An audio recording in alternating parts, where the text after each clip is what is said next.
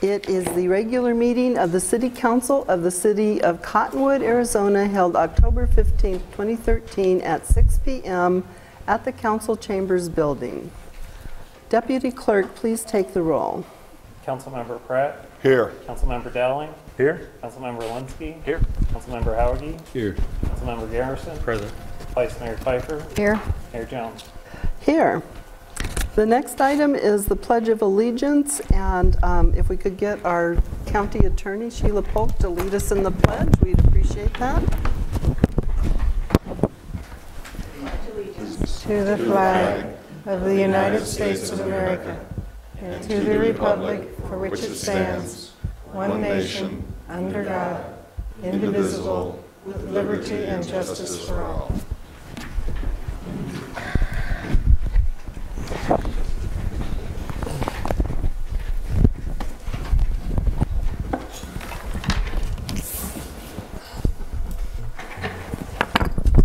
The next item is a brief summary of current events by Mayor, City Council, and/or City Manager. The public body does not propose, discuss, deliberate, or take legal action on any matter brought up during this summary unless the specific matter is properly noticed for legal action. Mr. Bartosh? Madam Mayor, council members, just a couple items. Last Friday night, we had our fire department open house, and they had a good crowd, and they also were able to raise $500 for Sergeant Maynard. And on Saturday, we had Rhythm and Ribs, and it looks like we probably had about the same size crowd, but again, they were able to raise over $3,500 for Sergeant Maynard, so it was a good event. And then just a reminder to the council and the public that on November 10th is our annual Professional Disc Golf Association tournament. Again, that'll be in conjunction with Veterans Day, and we'll do a fundraiser for veterans as well. And that's it, Madam Mayor. Okay, thank you. Council, Mr. Pratt? Yeah, just to piggyback on what our city manager said, yeah, the Rhythm and Ribs I think was really successful. I talked to a lot of folks who were here, and everybody just had a great time. We had a great turnout. And I think we raised more than $3,500. Yeah, I think it is more. Yeah, I think it was 6,000 or The guitar for the guitars? Well, we auctioned off 5, and I think the lowest we got was 1,200. Okay. So it was. You probably know better than I. And I actually asked Richard today how much, and he said 5,000. It was 5,000 then. Okay. I knew he told me it was over 3,500. Yeah. So. And I did want to remind the public that on November 9th is Cottonwood's next big event, Walking on Main Street. And we hope we get a good crowd at that. That's one that's dear to my heart. Okay. I didn't prepare a report tonight because we have 4 pages of agenda, so I thought I would skip that part. But one thing I did attend that was very interesting was the Yavapai College presentation about the 10-year plan for the college, and I thought that was very interesting. And Terrence, do you know how long people can comment online? Yes, I do. I believe you have to comment this week. Okay. So if you would like to look at the plan, you can get on yc.edu and see what's happening for the Verde campus. And you can comment online, I believe, or probably by writing, either way. They call it Survey Monkey. Okay.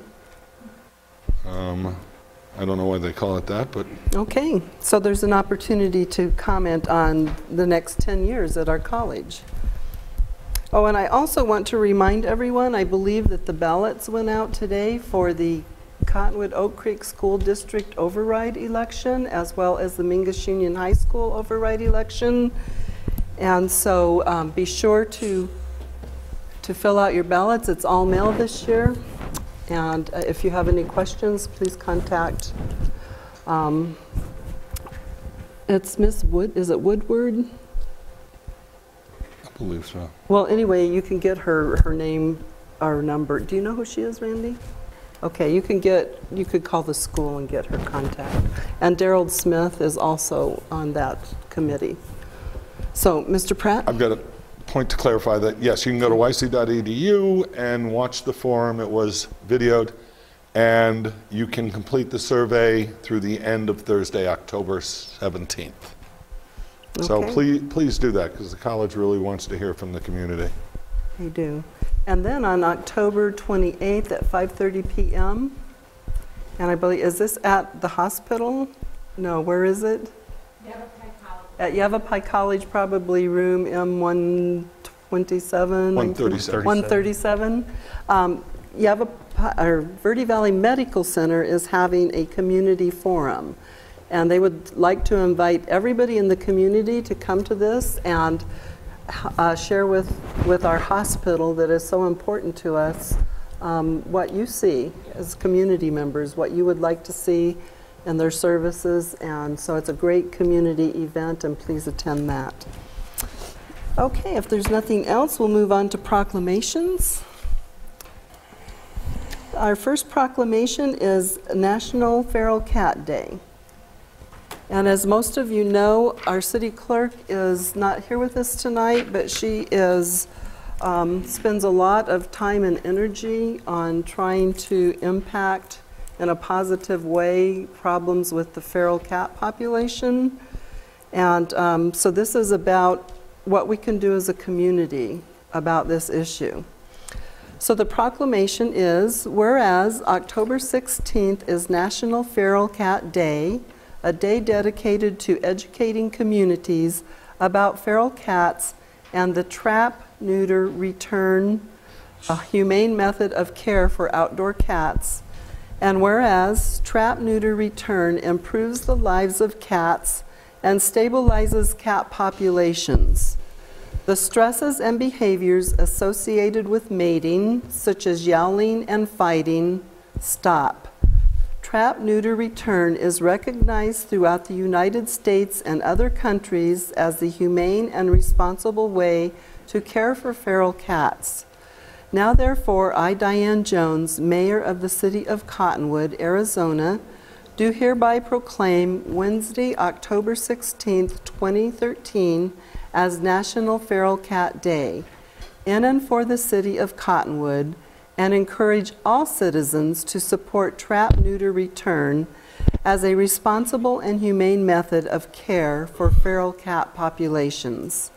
In witness whereof, I have set my hand and caused the seal of the City of Cottonwood, Arizona, to be affixed this 15th day of October, 2013. So that day is tomorrow.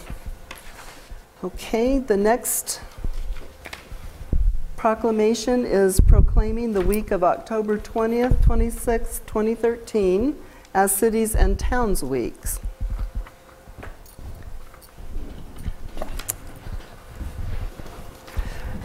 Whereas the citizens of the City of Cottonwood rely on local government to experience a high quality of life in our community. And whereas local governments around the state of Arizona work 24 hours a day, 7 days a week, to deliver city services such as fire, police, emergency medical services, utilities, and many others, to create safe communities. And whereas the methods of funding these vital city services are not always clearly understood by citizens. And whereas it is one of the responsibilities of city officials to ensure that legislators, media, and citizens understand their local government through open and frequent communication using various avenues and means. And whereas it is important to work to encourage this connection and inform citizens and state legislators of the importance of state shared revenues in order to preserve the excellent delivery of services that our citizens have come to expect in our city. And whereas through education and awareness, citizens, community leaders, and city staff can work together to ensure that services provided by the City of Cottonwood can remain exceptional elements of the quality of life of our community.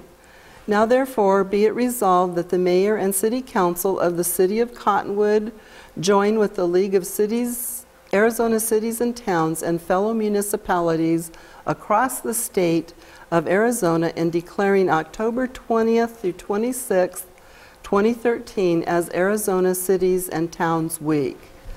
And I would like to introduce Mayor Rob Adams. If you would just stand and wave your hand a little bit there. Thank you for being here tonight. The City of Sedona works in conjunction with the City of Cottonwood on many issues that impact our citizens. We collaborate on the Lynx bus, to transportation for workers to go to Sedona and people to go shop or visit Sedona.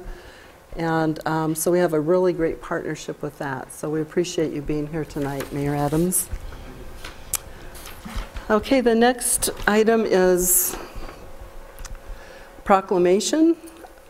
Whereas nurses in the United States comprise our nation's largest healthcare profession and are committed to meeting the different and emerging healthcare needs of the American population in a wide range of settings, and whereas the nation's 100,000 plus emergency nurses are the first line of patient care in our nation's emergency departments and are committed to providing quality emergency care to their patients. Whereas emergency nurses continually demonstrate their professionalism to strive to upgrade standards of practice and improve patient care. And whereas they are also committed to educating the public in the prevention and treatment of injury and illness and the proper use of emergency services.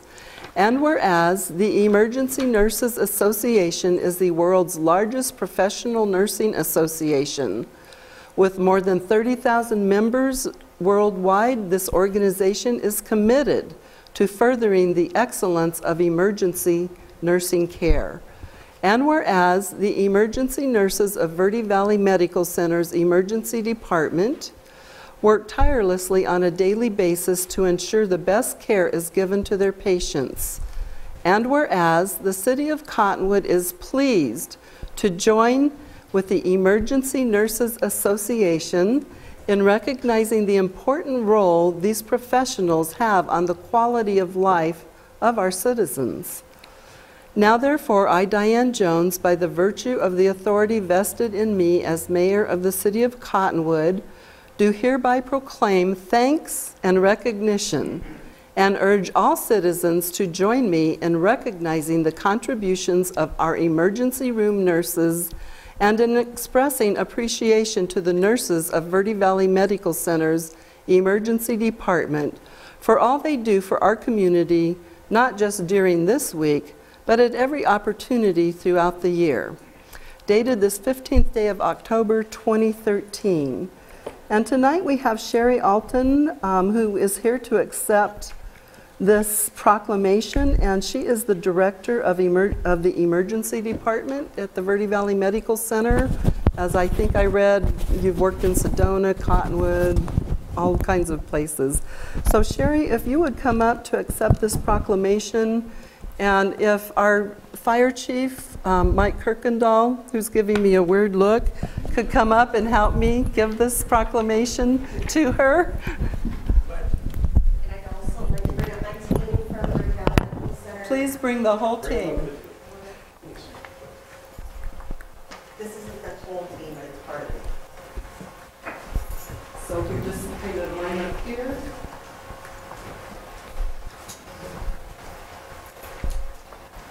So on behalf of the City Council, we're thanking you for your work and for all of the lives that you've saved, the quality of life that you bring to our community, and the assurance that we all have that if something happens to us, we have you there to help us out and hopefully have some really positive stories of saving lives. Thank you. Thank you. You're welcome.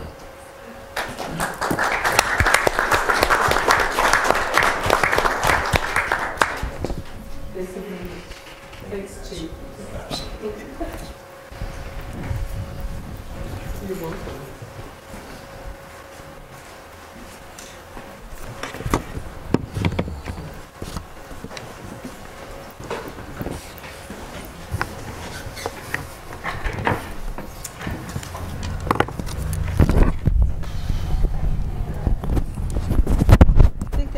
those proclamations without this on. But you know what they say. Oh, that's, sorry about that, Ryan. Okay, awards. Employee of the Quarter Award for the third quarter. We have Morgan Scott, Development Services Operation Manager. Mr. Luter. Thank you, Madam Mayor. It's with great pleasure that two of my staff members have won these awards. It's even a greater pleasure that we finally broke the fire department's stranglehold on these awards. Morgan Scott was nominated by Rudy Rodriguez, and one of the things I've learned working with Morgan is when Morgan kind of gives you that sideways glance and said, I've got a stupid idea, get a pen out and start writing it down, because it's some of the greatest ideas I've ever heard. This particular one had to do with the installation of new playground equipment. And originally we had anticipated having to remove the playground equipment, put it on the auction if possible. With something like playground equipment, the auction never really shows what it looks like. So Morgan came up with the idea, why don't we auction it, but why don't we auction it in place? And why don't we make removal of that within our time frame a component of that auction? And so not only did we get the equipment removed, which saved us a lot of staff time, but we netted in excess of $2,000 for the equipment. So it's just another example of Morgan looking at things a little bit differently and really does a great job of thinking outside the box. So, come on up, Morgan.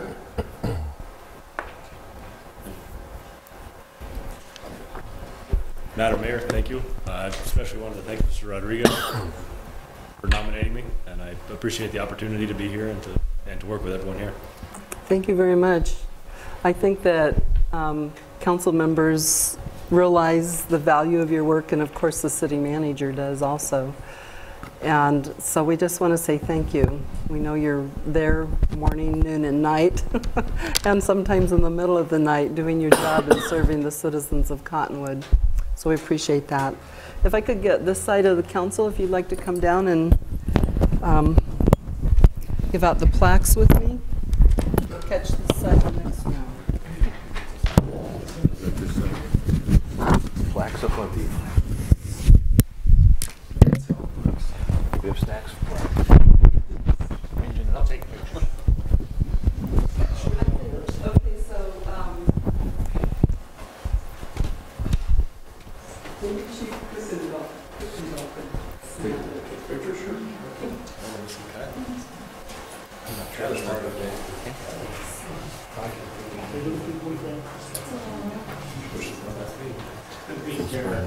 Yeah. Cast aside. Yes,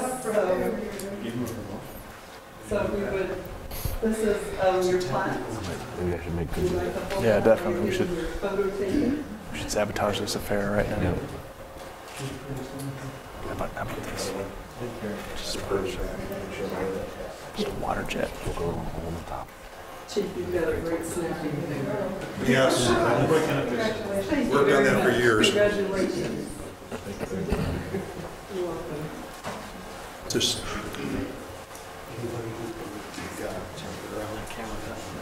hopefully they come out. Thank you, council. Try to get all of them. I'm withholding my things until this. Leave it right in your way. Oh, I'm gonna side in it again. Okay, so we also have Mr. Luter here to recognize our Employee Safety Quarterly Award for the third quarter, which is Charlie Mackey, our electrician. Thank you, Madam Mayor. Charlie was nominated by Jim Wixom, and this is an award Charlie could probably win every quarter. He's probably the safest electrician I've ever worked with. Actually shuts the power off before he starts taking wires out. Charlie actually thinks safety down to the point where he won't wear a shirt with a polyester blend, because if he does get zapped and the shirt starts on fire, he wants it to burn, not melt. Charlie not only thinks about his own safety, but the safety of my operators that are out there in all different types of weather. So, as I said, he could win this award probably every time, but he truly is safety first and is one of the treasures we have at the city. And quiet, unassuming, and kind of employee you sometimes forget is there until you see the volume of work he does and how safe it's done. So, Charlie, if you could come on up. We want a speech. Charlie loves public speaking. I'm sure he does. Thank you, Mr. Luter. It was quite a surprise to be nominated. I wasn't aware of it until I believe that Jim Wixon actually mentioned it, and I hadn't seen it. But anyway, thank you. And I just want to add that Charlie Mackey has belonged to the Stewards of Public Lands for, gosh, since 2003, I think. We're on our 10th year. Can you believe that? But he has picked up thousands of tons, I think, of trash out in the forest, along with other team members. So he not only works hard at work, but he also contributes to things in the community after work. So we appreciate him for that. So, Council.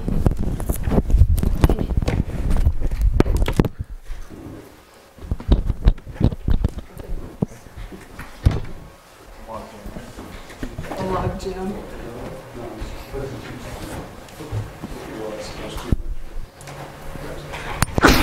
Excuse me. Bless you. Excuse me. Sure. And we want to give him a check. All right. We have money and a plaque for your wall. Bird. Can't see you. There you go. 1, 2.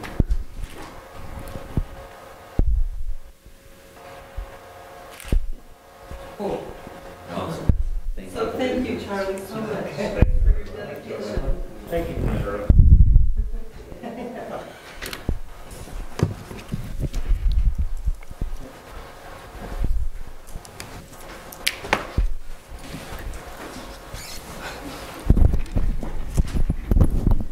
Okay, the next item is presentations, a plaque of appreciation from the Boys and Girls Club.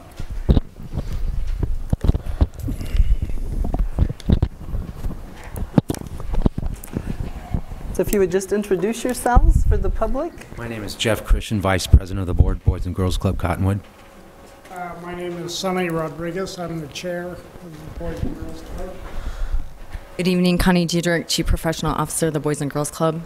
Good evening, Madam Mayor, Vice Mayor, and council members. We are here today to present an award to you for, it's called our Helping Hand Award, for what the $10,000 that you gave us in April toward our matching grant to keep our club running. And we waited so Councilman Rubin would come back with us, and we appreciate his commitment also to the city and to the Boys and Girls Club, so we wanted to wait to present this to him. So we would like to present this Helping Hand Award, and if I'd like to read it, it says, presented to the city of Cottonwood from the Boys and Girls Club of Northern Arizona in appreciation of your generous commitment to the guiding principles of the Boys and Girls Club movement and for your belief that a helping hand can make a positive difference in the lives of young people, our community, and the club. So we would like to present this to you this Council? evening for your assistance. And Mr. Hudegi especially, council members.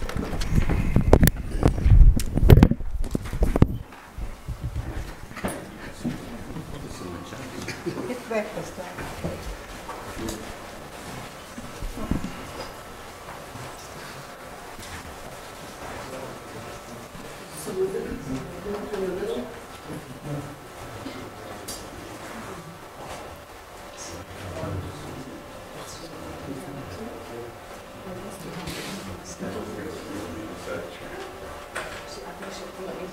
Yes, please. She would like me to present this.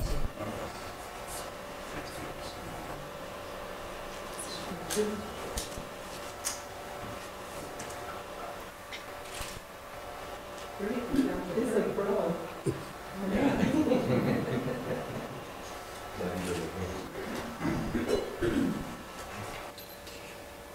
You can count to 10?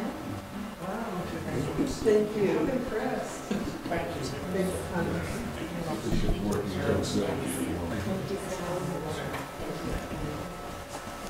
Thank you.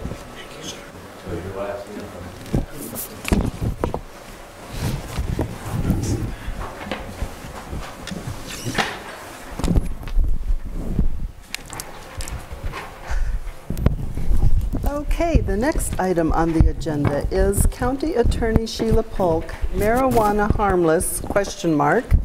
Think again. So we have our Yavapai County attorney who has been extremely involved with MatForce and also the Holocaust presentation, What You Do Matters, which is an educational program for judges and prosecutors and police officers throughout Yavapai County and beyond. So we want to say thank you for all you do for the community. Thank you. You're very welcome. And good evening, Mayor and Vice Mayor and members of the council. Thank you very much for the opportunity tonight to take up some of your time to talk to you about marijuana and specifically the public awareness effort by MatForce that we are calling Marijuana Harmless, Think Again. I want to take also this opportunity to showcase for you the award-winning poster. Every year, MatForce does a poster contest across Yavapai County, and this year's award winner is a student here from Cottonwood named Clay Bowers, age 6. And this was his award-winning poster, and we use it throughout the year then on all of MatForce's pamphlets and informational matters. Oh, that's great. Thank you. Thank you. I am going to, after I do the presentation, I'm going to leave you with handouts that will have all the information that I'm going to present to you this evening. And it'll also provide you the sources of all the information. The information comes from essentially 3 sources: the National Institutes of Health, the National Institute of Drug Abuse, the Substance Abuse and Mental Health Services Administration, also a national organization, and then the Arizona Criminal Justice Commission, the Arizona Youth Survey, and a couple of other sources. What I'm going to do, and by the way, I was given an hour. I hope that's still good. Yes, if that's what you need, then okay, perfect. Thank you. That's what we said. Thank you. MatForce's mission statement is to build healthy communities by eliminating substance abuse. And MatForce's perspective really focuses on our kids and building an environment in which our kids can grow and succeed and thrive. And it's from that perspective that MatForce made the determination to publicly speak out to raise awareness about the harms being caused by marijuana. In this presentation, I'm going to answer questions about marijuana use trends and associated risks, specifically address the question of whether or not it's harmful, is it addictive, is it medicine, will it solve the state's financial problems. I'm going to give you a quick overview of Arizona's Medical Marijuana Act and then answer any questions that you may have. The potency of marijuana has risen dramatically from the 1960s. What I like to tell my audience is that this is not the pot from the 60s. The psychoactive ingredient in marijuana is the THC, and the THC concentrations have increased from 4% in the 1980s to around 10% in 2009, which is a 103% increase between 1998 and 2008. In other words, it's a much more potent plant that is being grown today than it was in decades past. It is also the most commonly abused drug, both in Arizona and the United States. How does smoked marijuana affect the brain? The THC passes from the lungs into the bloodstream. The blood carries the chemical to the organs throughout the body, including the brain. And then the THC connects to specific sites on nerve cells called the cannabinoid receptors, and it overactivates the activity of those cells to cause the high. The parts of the brain that have the most cannabinoid receptors influence pleasure, memory, thinking, concentration, sensory and time perception, and coordinated movement. The effects of the THC on the brain include reduced inhibition and risky behavior, distorted perceptions, impaired coordination, difficulty with thinking and problem solving. It interferes with learning and memory. It causes an increase in heart rate, and it can compromise the ability to do complex tasks. For drivers, for example, it is a significant risk because it causes slower reaction times, impairs judgment, and it causes problems responding to signals and sound. There are many risks associated with marijuana. The one that Matt Forrest is really trying to make sure the public understands is that the harm it causes to the adolescent brain. NIDA and the National Institute of Health now feature, actually on the homepage on marijuana, a study that found that regular marijuana use, beginning as an adolescent, can lower the IQ by 7 to 8 points. And that is significant. That's enough to take a person of average intelligence down into the lower third of intelligence range. Another study has found that adolescents who start using marijuana by the age of 15 are 3 times more likely to develop mental illness, such as schizophrenia. SAMHSA reports that across the United States, we have seen a 52% increase in marijuana-related emergency room visits between 2004 and 2011. I suspect the reason has to do with the increased potency of the plant itself. And just between 2009 and 2011, there's been a 19% increase in emergency room visits. Here's why we should care. We should care because we care about our kids and we care about creating an environment for our kids so that they can succeed. Marijuana's negative effects on attention, memory, and learning can last for days or weeks. Daily marijuana smokers function at a reduced intellectual level most or not all of the time, if not all of the time. And marijuana use is also linked to high school dropout, college dropout, and failure in school. This comes from the Arizona Criminal Justice System, the Arizona Youth Survey. They survey drug use by our students across Arizona every 2 years. And here's what we have seen since 2008 to 2012. We saw a 14.4% cumulative increase by our teens of marijuana. There was a slight dip in one of those years, but cumulatively 14.4% increase. As you can see on this diagram, marijuana is right here. All the other substances, we saw a decline in use by our teens, except marijuana and ecstasy.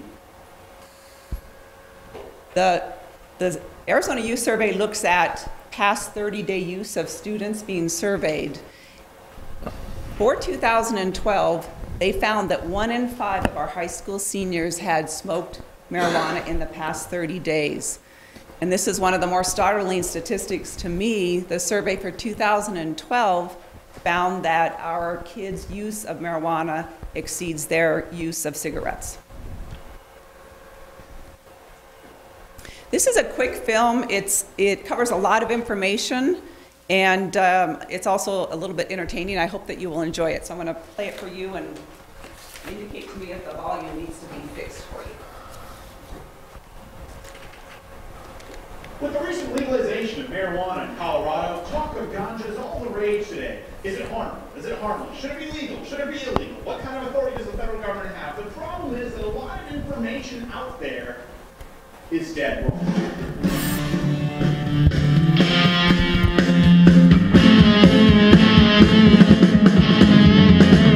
So I'm here in Ann Arbor, Michigan, one of the first cities to actually decriminalize the drug and home to a few more than enthusiastic supporters. Free the weed! In order to get to the bottom of the issue. Marijuana, should it be legalized? Yeah. Good thing. I definitely think that it should be legal. Yeah, I think it's a good idea. Government's cracking down on unhealthy snacks and vending machines. Big gulps banned in New York. I'm sure you've heard of this. Good idea, bad idea? I think that it's a good idea. I don't want to say some people have reached the point where maybe they shouldn't make their own decisions, but I think that's what it's becoming. I think it's kind of good, you know, because then, it's better for everyone's health. Think marijuana should be legalized? Yeah. I mean, you can do whatever you want to your own body. Except the big gulp. Touche. Oh, big gulps, huh? All right. Well, see you later. This banned, this legal.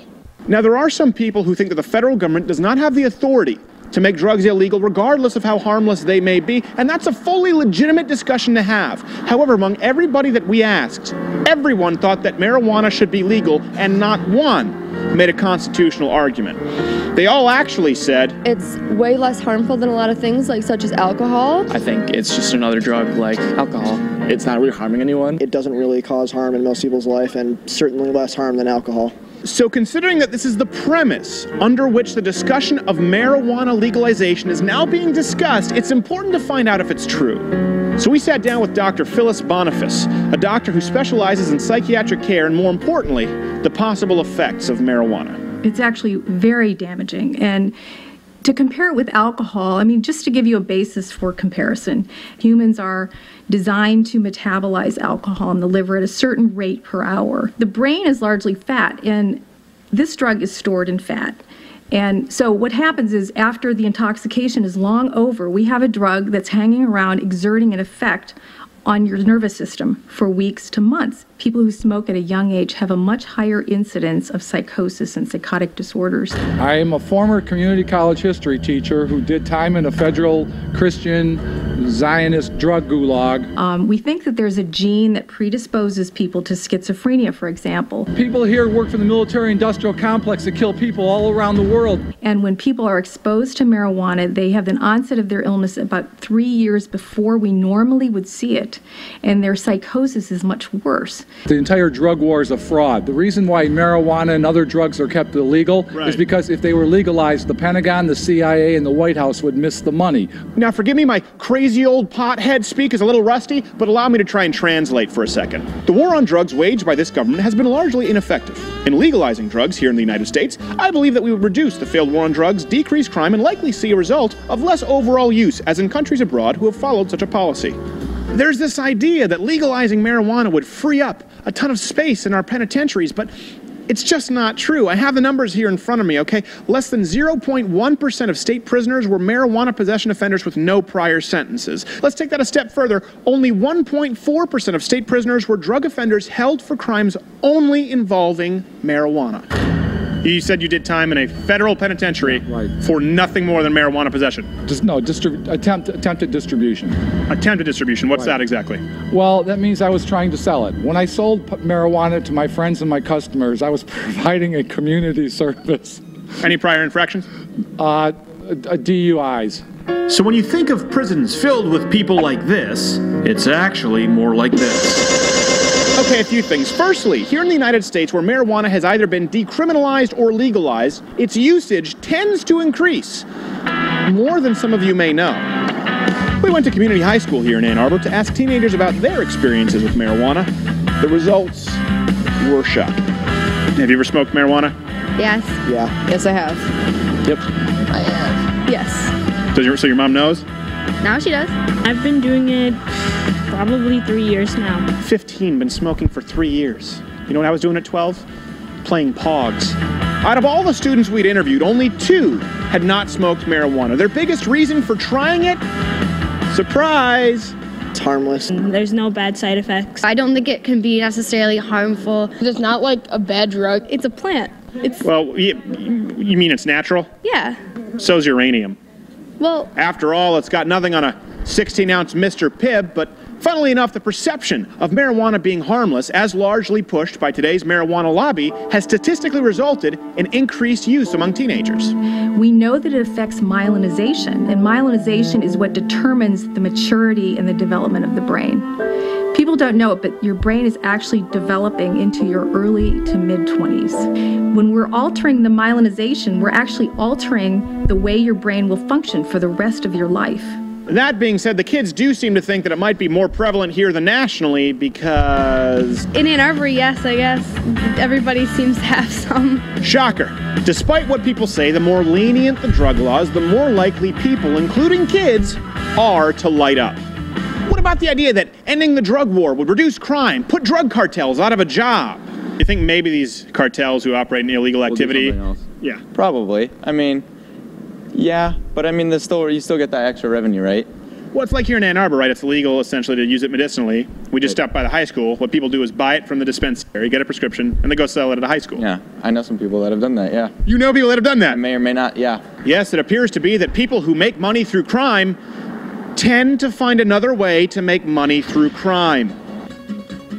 Keep the change, you filthy animal. So, if we legalize drugs, would that really be better for today's law-abiding citizens? The myth that nobody's ever died from a THC-related accident is just not true. Well, the reason people believe that it hasn't happened is because it's a tougher process to go through to test for it. You smell something, Rabbit? Fear. I can take your blood alcohol level just by a breath test. You fellas been doing a bit of boozing, have you? Sucking back on Grandpa's old cough medicine? It's not a Miranda right or anything like that. It's just based on your driver's license. Where if I want to get your THC level, I have to get a warrant to take your blood from you or urine. You're crazy! Do I want to have it legal for me to do? Well, then the police have to have more rights to be able to check you for it. And where do people fall on that line? And as a matter of fact, there is some data to suggest that legalization actually increases crime, as seen here from the LAPD DEA. Now, the reason the numbers might be different from the crime increase during the Prohibition era is because of one key difference. During Prohibition, the American government decided to suddenly ban an activity in which a vast majority of Americans engaged. In legalizing drugs, you'd be doing the exact opposite. You would now be allowing and in some ways encouraging a practice in which currently only a minority of Americans engage. Listen, at the end of the day, I can understand somebody saying, okay, marijuana is harmful. Legalizing it will likely result in increased usage and have possibly some negative societal ramifications here in the United States. But the federal government does not have the authority, and it's been largely ineffective in waging the war on drugs. That's a completely legitimate argument, and there can be arguments made on both sides. What I have a problem with, however, is the discussion being based on a premise that is a lie. That is a huge disservice to our political discourse today, and more importantly, generations of the future. You need any more proof? Palestinians have been in camps for about 60, and you Jews put them there. Israel. Okay, first off, I am not Jewish. 11, and anyways, okay, you look Jewish anyways.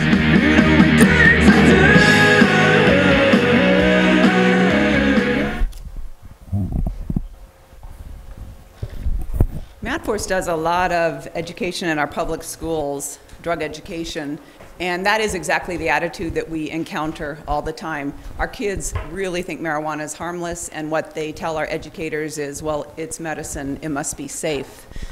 Marijuana is addictive. Contrary to the popular belief that it is not, marijuana is clearly addictive. About 9% or 1 in 11 users will become addicted.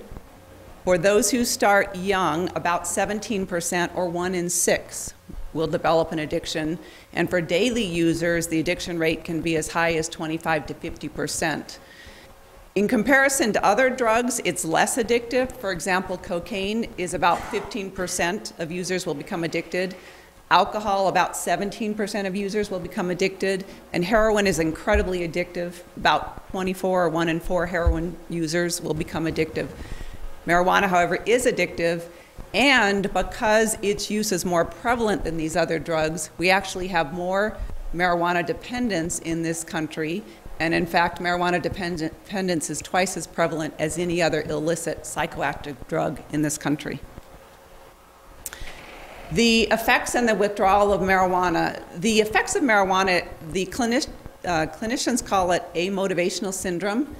It's marked by persistent procrastination, bad or guilty feelings, low productivity, low self-confidence, family conflicts, memory problems, and financial problems. Typically what we see with our kids are kids who were good students, start smoking pot, pretty soon they're not doing well in school, pretty soon they don't care, and pretty soon they're dropping out. The withdrawal syndrome for marijuana is drug withdrawal. It's really no different than any other withdrawal that an addicted person goes through. And it's marked by irritability, anger, cravings, decreased appetite, weight loss, anorexia, insomnia, interpersonal hypersensitivity, yawning and fatigue, depression, and suicidal thoughts. What I like to emphasize when I do this presentation is that recovery is absolutely possible. Through MatForce, we always look at the hopeful end of things, and so the message I want people to understand is that if somebody gets into treatment for marijuana addiction, recovery is possible. There is hope out there. Marijuana contains 70% the smoked marijuana contains 70% more irritants and carcinogens than tobacco smoke. This is one of the surveys by the National Survey on Drug Use and Health, and it shows abuse rates. You can see that the abuse rate for marijuana is higher than all these other substances. So marijuana's at the top, pain relievers next, cocaine, heroin, tranquilizers, hallucinogens, stimulants, inhalants, and sedatives. In 2011, about 1.6% of Americans, or 4.2 million Americans, had marijuana dependence or abuse. And this is another 2011 National Survey on Drug Use and Health. And here you can see that persons receiving treatment for marijuana as the primary drug of treatment are second only to alcohol in this country and above these other addictive substances.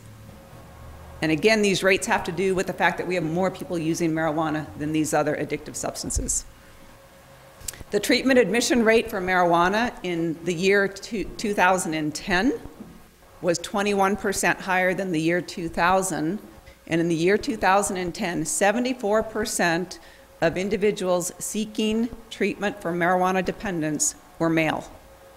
And the average age was 25.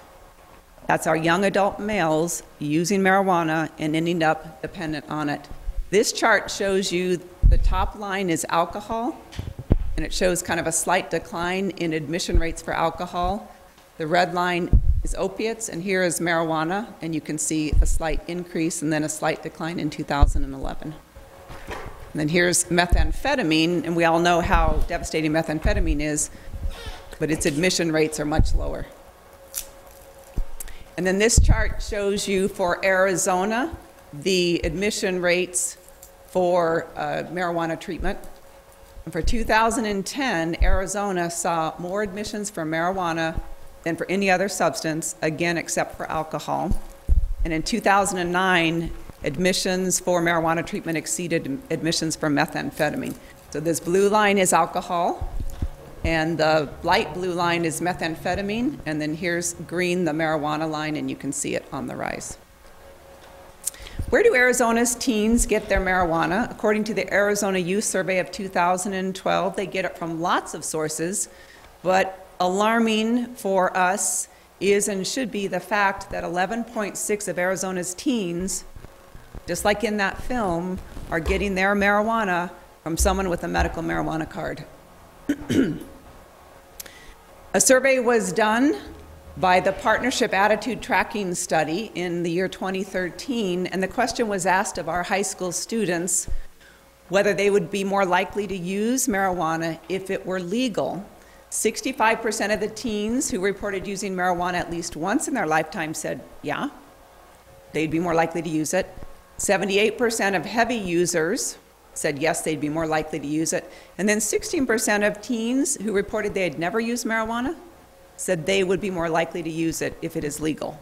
What that means for Arizona is this, and the Arizona Youth Survey, or the Arizona Criminal Justice Commission did the math, and based on that study in the previous slide, in Arizona, what percentage of our high school students would be more likely to use marijuana if it is legal? For kids who have never tried pot at all, about 32,000, or 10% of Arizona's high school students, would be more likely to use marijuana if it is legal. And for students who report that they have used it in their lifetime, approximately 76,000, or about 24%, almost 1 in 4% of our teens say they would be likely to use marijuana if it is legal. Here is a study that shows the relationship between marijuana and use of other drugs. I don't really debate is marijuana a gateway drug or not. The fact of the matter is kids who are using marijuana are much more likely to use all other substances, including alcohol. Green depicts kids who have not used marijuana in the past month. Yellow are those who have used it less than 20 times in the past month. And then the red are those who have used it 20 times or more in the past month. And so for alcohol, you can see the more they use marijuana, the more likely they are to use alcohol. Cigarettes, same thing. The illicit use of prescription pain relievers, the same thing. Ecstasy, the same thing. And cocaine, the same thing. And this is the chart, you saw it in that little film. It just shows that when the perception that something is risky increases, use will go down. But when the perception that it is not risky increases, so when the perception that it is safe increases, use will go up. And so this shows in the 1990s, when the perception was that marijuana was risky, was high, use among our kids was at an all-time low. And as the perception drops, so it's not so risky, then use has been going back up. Legal marijuana-based products are available. The marijuana plant is a Schedule I drug, which means it's not approved for any use in the United States in our federal scheme. But there are certain marijuana-based products that are available. The FDA has approved these medications. They include Marinol and Sesamet. Those are brand names for these two chemicals. They are Schedule II and Schedule III drugs, which means you have to have a doctor's prescription to get them. And those particular chemicals or drugs treat the nausea, vomiting, and weight loss in AIDS patients. And then there is a product called Savitex, which is pending approval by the FDA, and it combines two ingredients of the marijuana plant, the cannabidiol, or CBD, which does not create the high. It's the THC that creates the high. And so the Savitex has low levels of THC and higher levels of the CBD, and it's being used to effectively treat seizures in particular. Has been approved in Canada and the UK, and it's undergoing approval here in the United States. Smoked marijuana is not medicine. And you know, the real reason smoked marijuana can never be medicine under our national drug policy is because you cannot deliver smoked marijuana in discrete, measurable amounts. That's a basic tenet of safe medicine in our country, is that dosages can be consistent and can be measurable and can be measured for effectiveness. For example, we don't smoke opium to get the medicinal benefits of morphine or hydrocodone, for example. Scientists in our country do continue to research the medicinal properties of the marijuana plant, and there are medicinal properties as indicated in the previous slide, and there are studies pending. Currently, there are 111 researchers registered with the DEA to perform studies on marijuana and its extracts, and 14 are approved to conduct research with smoked marijuana on human subjects. And by the way, the THC is one of over 400 chemicals in the marijuana plant. So there's lots of things about the marijuana plant that are unknown or unstudied yet. And according to the DEA's position paper on marijuana from January of 2011, the clear weight of the evidence is that smoked marijuana is harmful. Just a quick overview of our national drug control policy. It takes 15 years and about $2 billion to take a new drug from its research phase to our medicine cabinets. And it involves a series of steps that move from basic approval to testing on small groups of people to testing on larger groups of people. And then ultimately, if approved, then the medicine can be marketed and physicians can prescribe. Now, a quick overview of Arizona's Medical Marijuana Act. It was passed by a narrow margin in November of 2010. It won by 50.13% of the votes cast, or approximately 4,000 votes. It replaced popular vote for the science of medicine.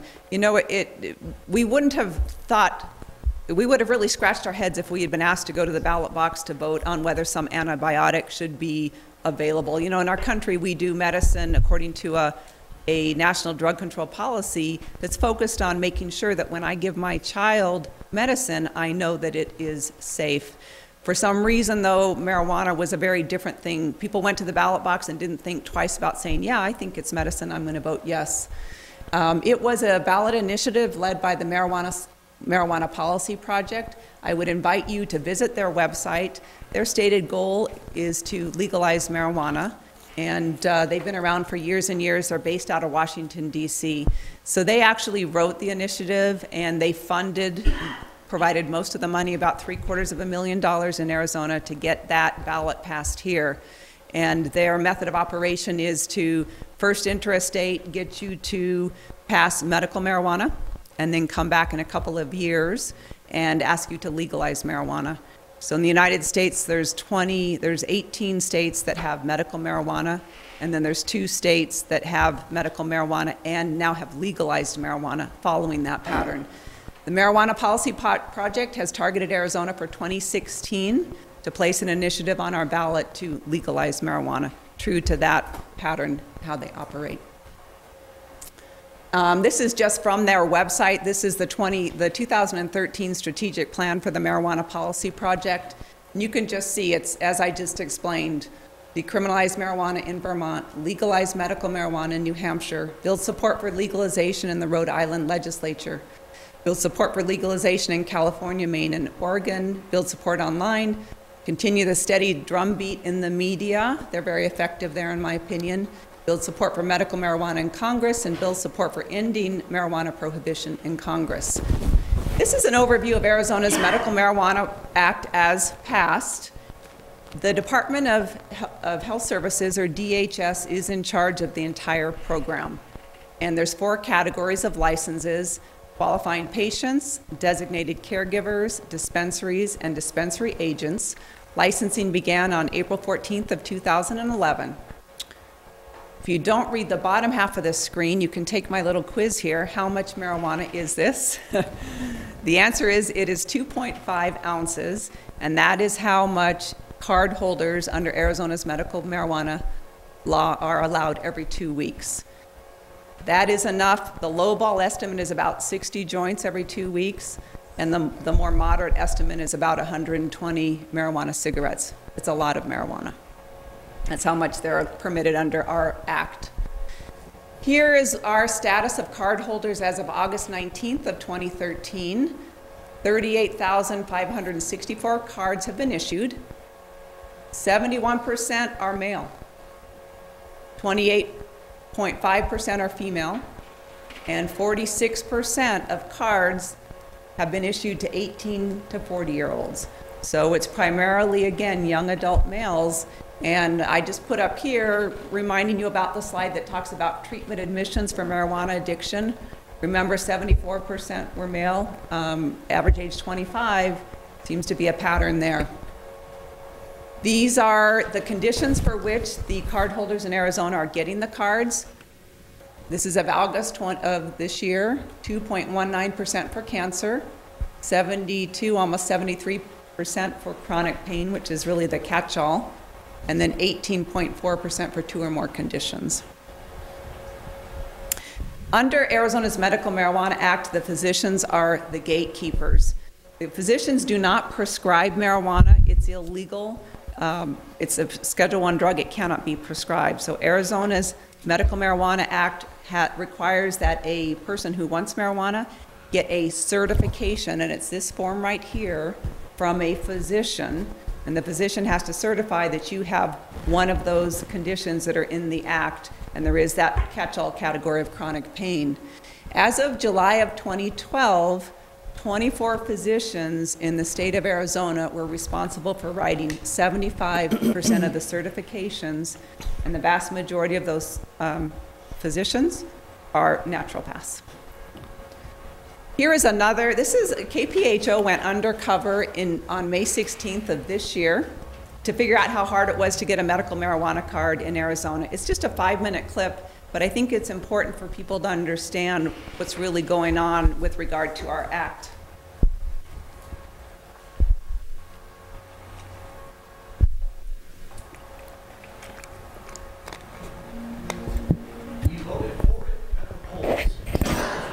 Seriously and painfully sick. Being diagnosed with cancer was probably the worst day of my life. But we found young people you would call healthy.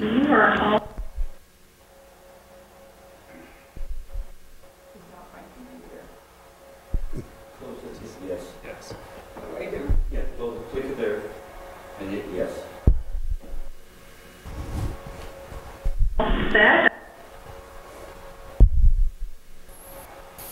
Getting their hands on medical marijuana cards. You can see the position that law enforcement officials and police officers out on the street are put in. Tonight, our hidden cameras expose just how easy it is to get approved for a pot card. Okay, so you recorded my entire intake with you. Okay. It's It's been 3 years since voters passed Arizona's medical marijuana law. Now, we've uncovered an alarming trend in who's getting these cards. Morgan Lowe went undercover for tonight's hidden camera investigation.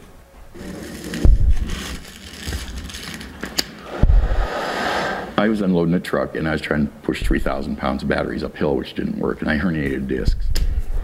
Jay Fleming is one of thousands of Arizona residents who say medical marijuana has improved their quality of life. I still use morphine for the low back pain, but I've reduced it by about half with the medical marijuana.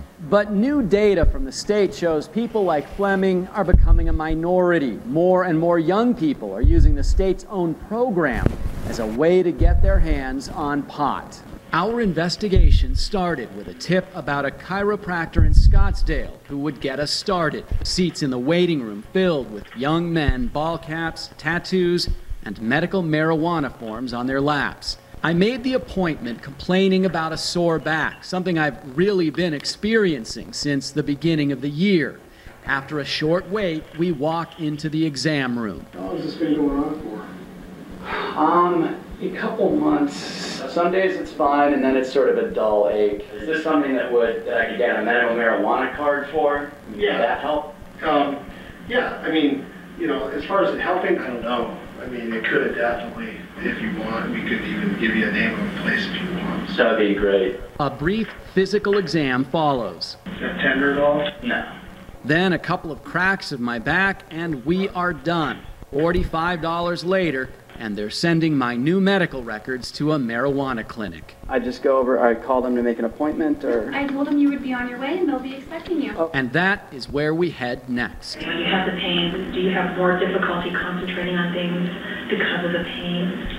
I don't know. I mean, it's certainly distracting. The doctor asks me a series of questions, then performs a physical exam. On that side, it's where it's tight. It feels tight. Yeah. Okay. Which lasts 2 minutes and 5 seconds. You are all set. I've got your form all filled out. So now the only thing left to do is to have your information uploaded to the state of Arizona. The entire appointment lasted 9 minutes, and $150 later, I'm ready to send the forms she filled out. Those forms say I have severe and chronic pain due to lumbar dysfunction, associated myofasciitis, and something else I can't even pronounce. Back in the 5 Investigates office, I upload the information, pay another $150 to the state, and 2 weeks later, this comes in the mail. I went in complaining about back pain for a couple of months, possibly caused by riding horses when I was younger, and a migraine once a year. Does that sound like something that should have gotten me a card? Well, let me start by saying I'm not a clinician, so I'm not a physician. It doesn't, but having said that, it doesn't sound to me like it meets the standard that we're asking for. Will Humble is the director of the State Department of Health Services, which oversees the medical marijuana program, where 90% of the certifications are for severe and chronic pain, not cancer, AIDS, glaucoma, ALS, or any of the other specific illnesses that qualify someone for medical marijuana. I realized, that severe and chronic pain had the potential to be the Trojan horse, whereby the recreational users would hook into and qualify for a qualified patient registration card. Turn your body without moving your hips. We invited the doctor we visited, Judith Jones, to sit down and talk about the process of getting a medical marijuana card. At this point, she did not know I had been her patient. I believe that this program this is a good program. I believe it does a lot of good for a lot of people. Do you see patients and say, you really don't qualify?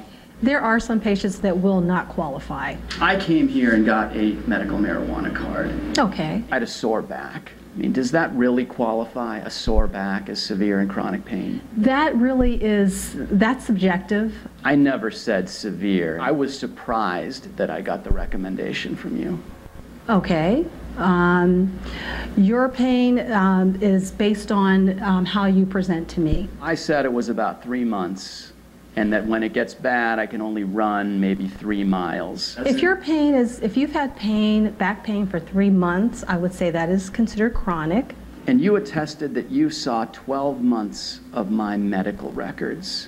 We have to have records within the last 12 months. But not 12 months of medical records? No. It's very clear that we're asking the certifying physician to attest to the fact that they've looked at and have reviewed the patient's medical records going back 12 months from any other physicians. The reality here is very different than what proponents have tried to communicate to the public. Critics of the law, like County Attorney Bill Montgomery, say the loopholes are so wide, the program is experiencing a rapid increase in the number of young people. The state's own data shows the age group with the highest number of certifications is 18 to 30-year-old males. Nearly half of all recipients are now under the age of 40, not the typical age range of the chronically ill, as Montgomery points out. You can see the position that law enforcement officials and police officers out on the street are put in. Somebody's pulling out literally their get-out-of-jail-free card.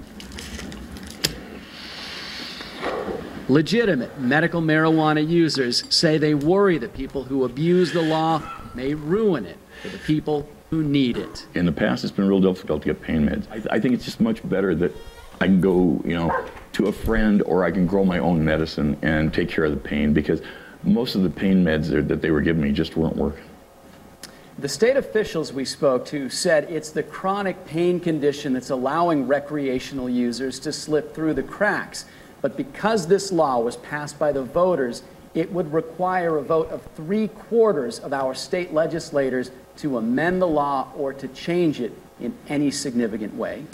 Well, we have watched a significant debate erupt on social media today on our website, cbs5az.com. So just to clear up any questions for our viewers out there tonight, they want to know exactly how you did this investigation. So just to be clear, did you break any laws or misrepresent yourself in any way to get that card? I did not. I used my real name, I described my real condition, and we worked with our attorneys to make sure we did not violate any laws. All right, Morgan Lowe reporting tonight. Thank you so much.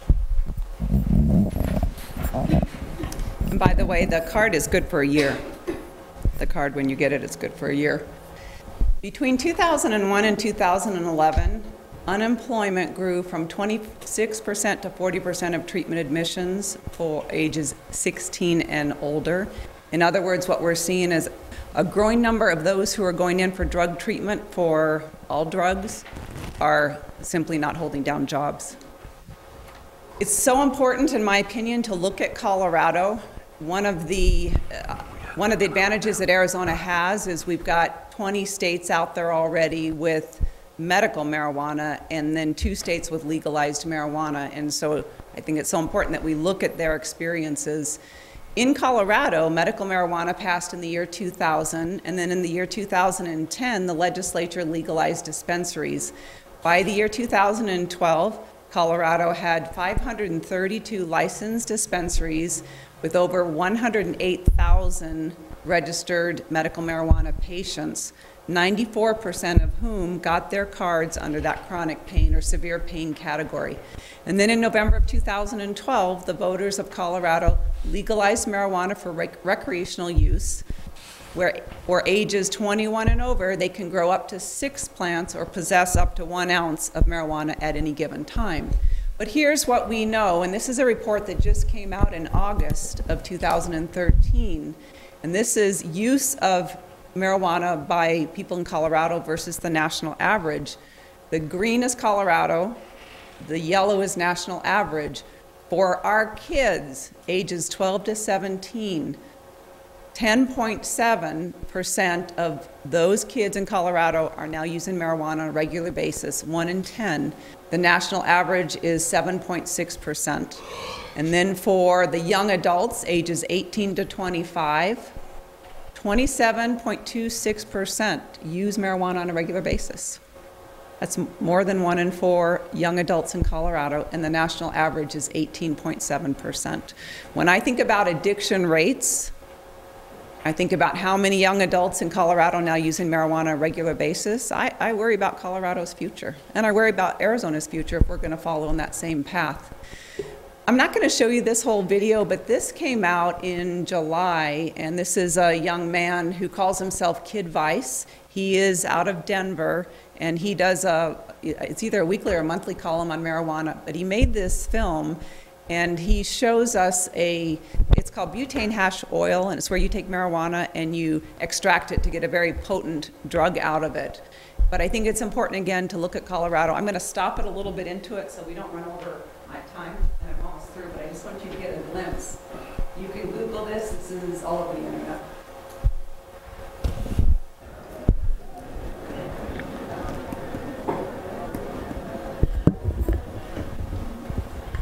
I'm the kid.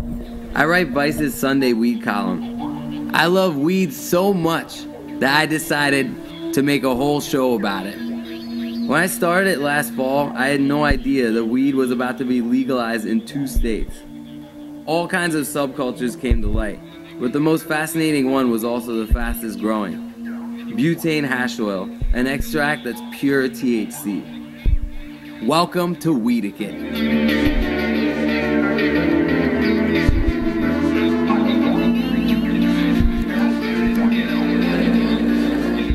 I first started smoking weed in 1988 when my big brother took me out in his Volkswagen bus into a big old field, handed me a bong full of swag, and said, "Here, hit this until you throw up." So I did, and I threw up in a field. I definitely smoked oil in '94 for the first time. I was at a rainbow gathering. This dude passed me a bong and said, "Here, light it." And then I hit that. At least a minute or two later, I was definitely, it was the most psychedelic experience I'd ever had on weed at that point. And I asked him, "What is going on?" He said, "There's honey oil on it." That was my introduction to hash oil. Dabbing is basically having a dabber, which is something needle-like to grab the oil and apply it to whatever you're using. Generally titanium, but you can also use quartz and you can use glass. Take my blowtorch, heat up my titanium, inhale. Done. Is oil for everyone? That's a tough question. It really depends on what you're looking for. Where flowers were for me, they aren't for me anymore. I like the way oil's intensity works. I like the way when you first hit it, you get kind of a rush. Every single time I hit oil, I get high. I can hit it 30, 40 times in a day and I'm still getting higher. There has been an explosion. Massive explosion. An explosion leads police to a drug lab. What was being made in this garage drug lab behind me? Something called butane honey oil, a very toxic and highly concentrated. Inside this garage behind the home, investigators believe a man has been cooking marijuana, a highly dangerous procedure similar to cooking meth. You can see this become more popular because when you look in the news every other day, people blowing each other up. It was basically just idiots not knowing what they're playing with. They would take a bunch of wheat and they would take a bunch of butane, put it into a big fat dish and throw it on the stove and think it's gonna purge it, and then yeah, you blow a house real fast. There's great videos on YouTube of people doing that. Just goes in like that. See that? You squish it down, make sure.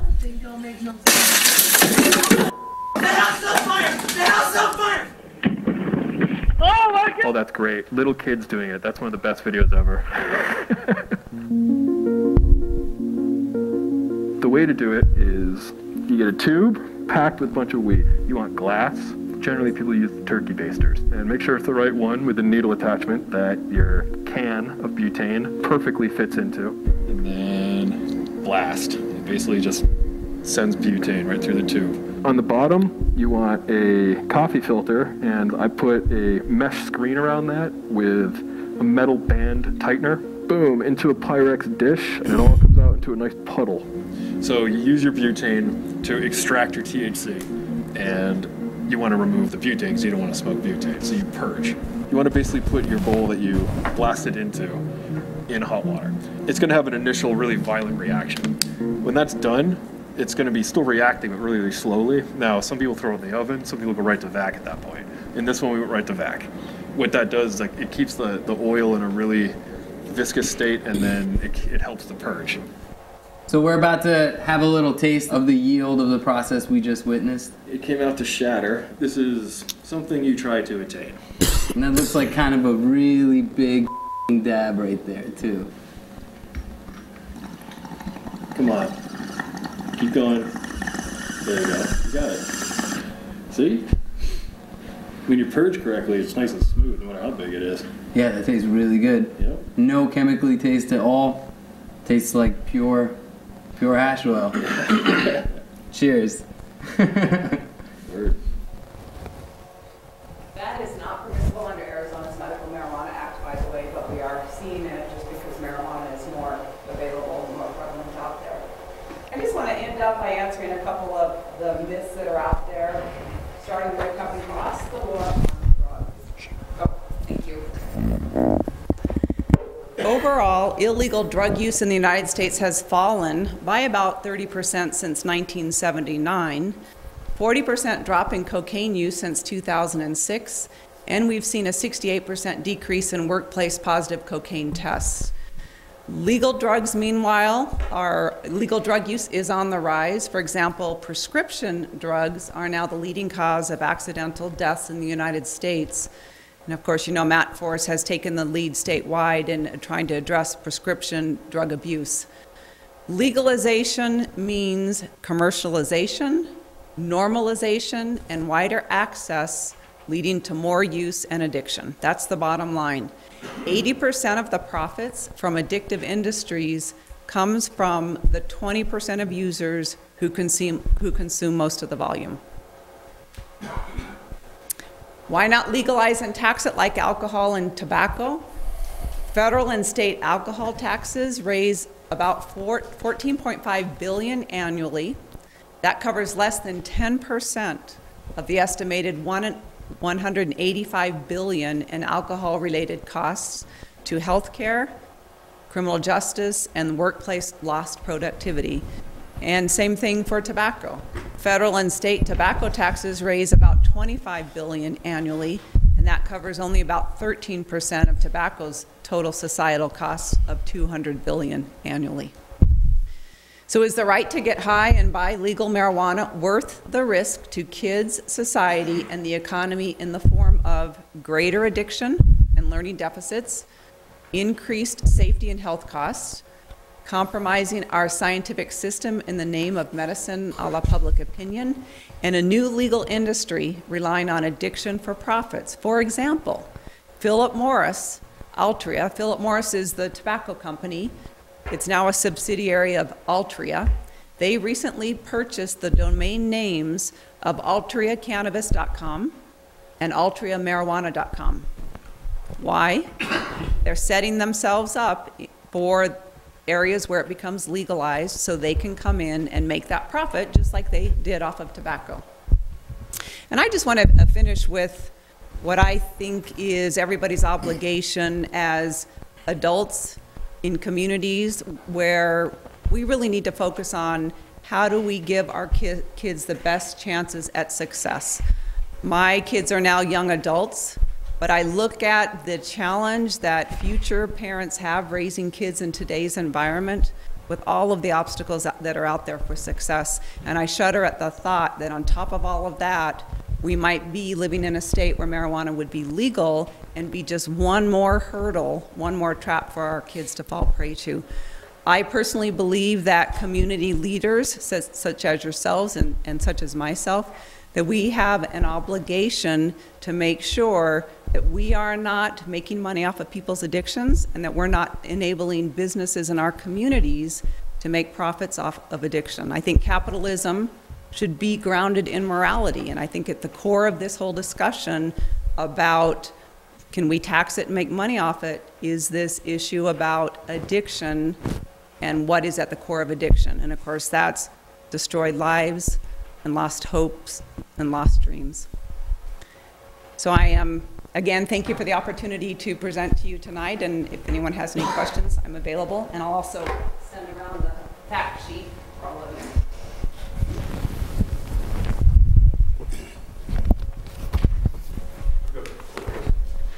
I've never heard of this, the oil you were talking about, and that's not medicinal, you can't buy that at the dispensaries? In Arizona, you cannot. In Arizona, the resin is separate from the marijuana. Arizona has authorized the use of the marijuana plant, but not the extracts such as the resin. Essentially, it's hash, and that is illegal under Arizona's Medical Marijuana Act. The oil is Yeah, very, very potent. Well, again, thank you very much for this opportunity. Thank you. Are there any questions from members of the public on this item? If not, thank you very much for your presentation. Okay, the next item is item number 8, call to the public. This portion of the agenda is set aside for the public to address the council regarding an item that is not listed on the agenda for discussion. However, the council cannot engage in discussion regarding any item that is not officially listed on the agenda for discussion and/or action per ARS 38-431-02H. Comments are limited to a 5-minute time period. And we have Lamb Wyatt. Oh, Lonnie? Lonnie Wyatt. Okay, if you, Lonnie Wyatt. Very goofy medical day, so I'm sitting over here almost morning. Okay, so you want to wait till the next meeting, maybe? Well, I just want to remind everybody, and I hear Rudy is here. Oh, Rudy is here tonight. Rudy, hi.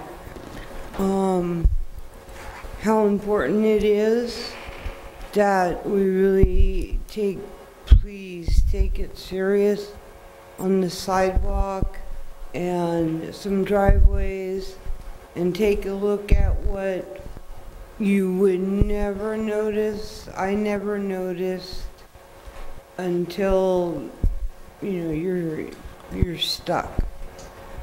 And I'm just gonna keep coming back. So has staff worked with her? I've talked to Bruce this week. Rudy is here this evening. We might be able to put something together.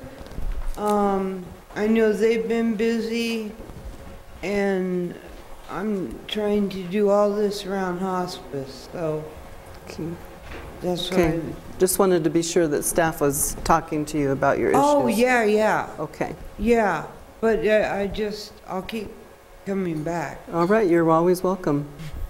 And that was very interesting. I'm sorry I didn't get to speak with her. Somebody would want a table? Thank you for always letting me sit. Oh, that's no problem at all. Okay, Patricia Romer.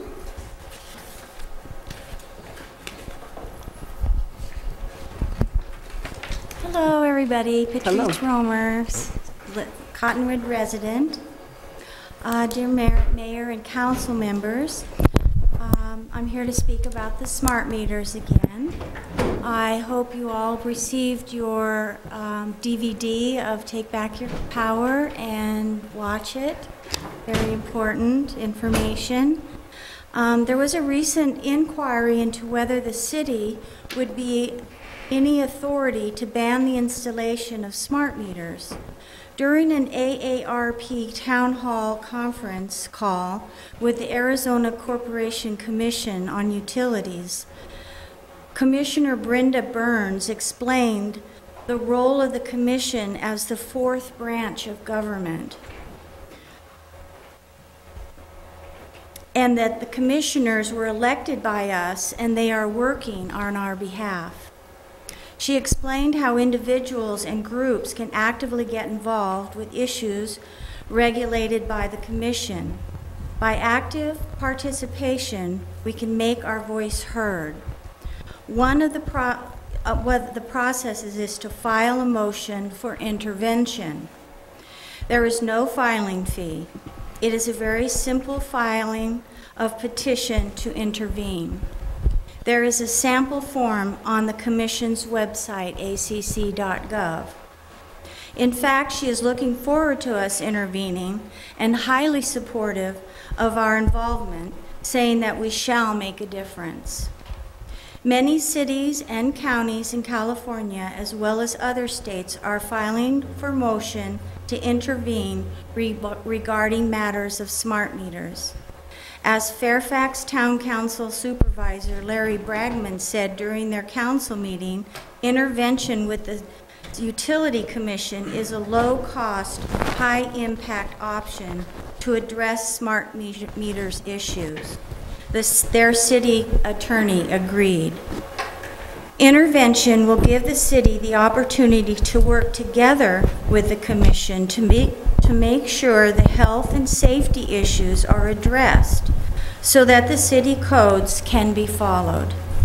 And I'm referring to the city codes of nuisances, section 8.15.010 states, it is unlawful for any person to maintain a public nuisance, anything which is injurious to health or indecent or offensive to the senses, or which interferes with the comfortable enjoyment of life or property, or anything which unlawfully obstructs the free passage or use in a customary manner of any public place, street, sidewalk, or alley in the city is a public nuisance and subject to some summary abatement. Code 2006 10-1-5. And the environmental nuisances are defined 131-35020. In addition to the public nuisances defined by the code, ordinance, or state law, the following specific acts, omissions, and conditions in or upon any private lot, building, structure, or premises, or in any or upon any public right-of-way, street, alley, avenue, park, parkway, or other public or private place in the city are hereby declared to be, among others, environmental nuisances which endanger the public health and safety. At this point, there are no studies on public health regarding smart meters. It really depends on the people. The communities let their elected representatives know that we want protection, that we're concerned about it. We expect actions. Ratepayers should be allowed to opt out without being forced to pay a fee to not having a nuisance put on their property. Without the city's active participation, the utility is not going to act. It is up to us to create a smart meter free zone to protect our health, to protect people with sensitivity, to protect our privacy, and to protect our property values. So I would like to request that we put the smart meters on the agenda, that we present. Okay, can you wrap it up? Yeah, okay. That we present a presentation to the council with lots of specifics on smart meters, and that we intervene on behalf of the citizens in order to create a clean environment for our children, our elderly, and all of our citizens of Cottonwood. Thank you very much. Sandrea Bradley. Hello everyone, Mayor and council members. First of all, I want to say I've been going door to door around my neighborhood.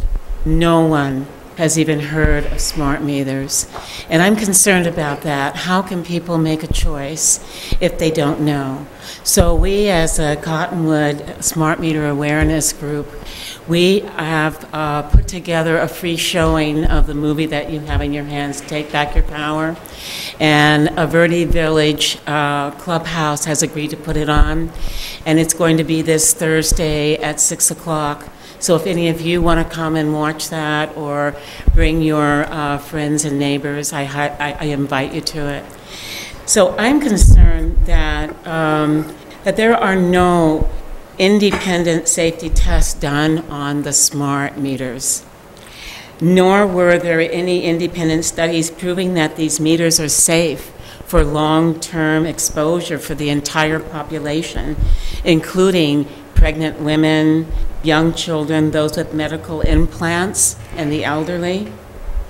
There were also no independent environmental studies on the long-term effect of smart meters as to whether the microwave radiation will have any effect on our animals, the honeybees, for instance, our beautiful cottonwood trees, migratory birds, vegetation. So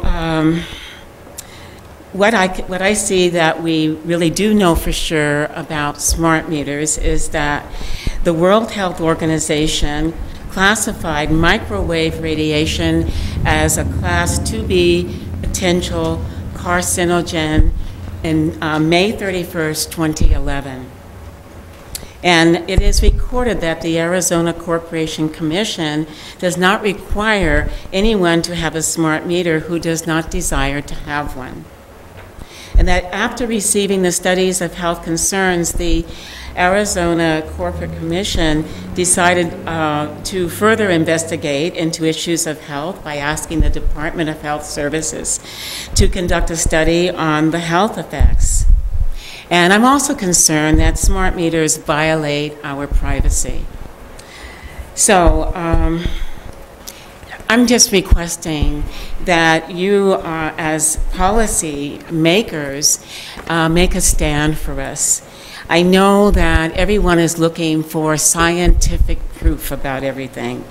But, you know, with scientists, it takes them a long time to make proof.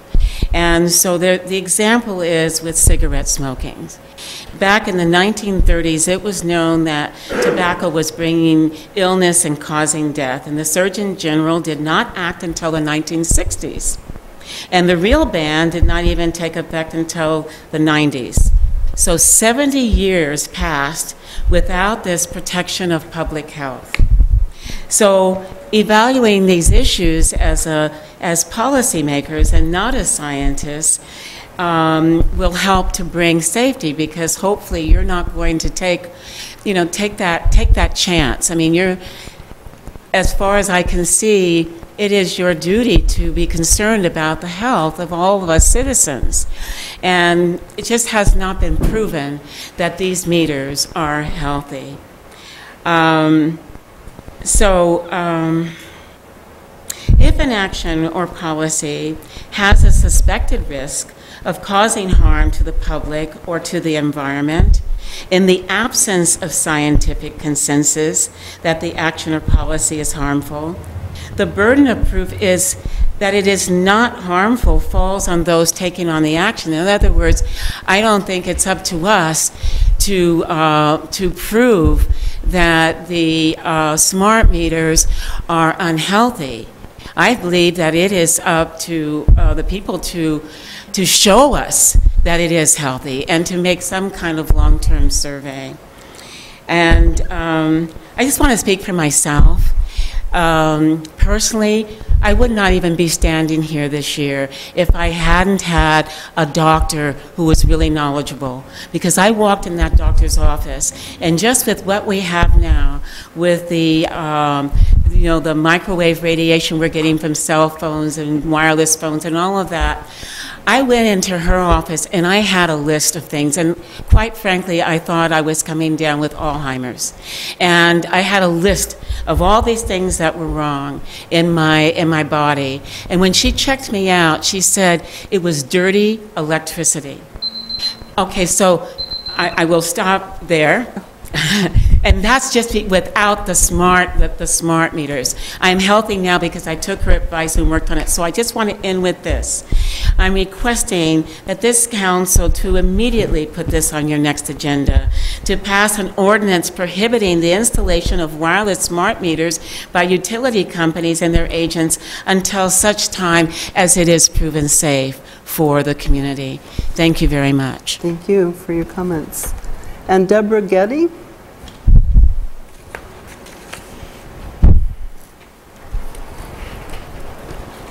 Good evening, council members, mayor and vice mayor. I'm also speaking about smart meters and urging you to look into the ill effects of health for smart meters. There is a Dr. Dietrich Klinghardt with a K, and he has some very concise information and has been studying this for quite a long time. He's online and really, really good videos of his work. He's an MD and a PhD. And he does make the point that, of course, this is cumulative, all these different technological advances that we have, and living in spaces now surrounded by this, that you know, our bodies can take things up to a certain point, and then there will be some breakdown. So he also makes the point that the doctors of these generations have not been trained to work with what this is. So this is new territory and needs further study before it's placed so close to us in our homes, or on our homes. So Dr. Klinghardt has found in working with people and studying them for 10 years that they, after having smart meters installed, that 6 months later, there was quite a change, that especially the lab work, that every single person had different lab work, had detrimental quality of the cells. And there were some people who looked like they were a dying patient. It was such a dramatic change. Some of the issues are that these radio frequency transmissions come out at 14,000 to 190,000 times per day, pulsing throughout the day and night. And the cells are being affected with every pulse. It's not only an issue of just the little meter itself, but the signal also rides along the wiring in buildings. So there's a compounded effect with that, and it's through the whole building. There are 4 primary effects that have been found on the human body that have been identified. One is the efflux of calcium. The calcium ions are removed from the membranes of living cells. This leaves them weak and more likely to tear. And then there's a leakage. And when this leakage goes into the central part of the cell, the results can be tumor growth, cardiac arrhythmia, inflammation, brain function problems, hyperactivity of the brain, other problems of the brain, and a reduced ability to concentrate, learn, or make accurate judgments. Another one is the breach of the blood-brain barrier, which causes blood vessels to leak fluid into the brain, and this damages brain neurons. The result of this can be early dementia and Alzheimer's. Another is DNA fragmentation. So this is both for single and double-strand DNA that has shown there is breakage of the DNA. This can especially result in hypothyroidism, fatigue, loss of muscle tone, infertility, obesity, and abnormalities for future generations. And another one is a reduction in the production of melatonin, which is something that we very much need in our systems.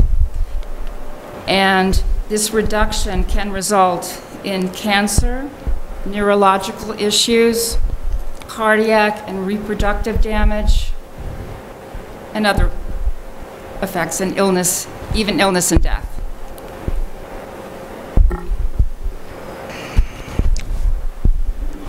Dr. Klinghardt has seen the most common symptoms as being high blood pressure, an increased heart rate, There are problems with pacemakers.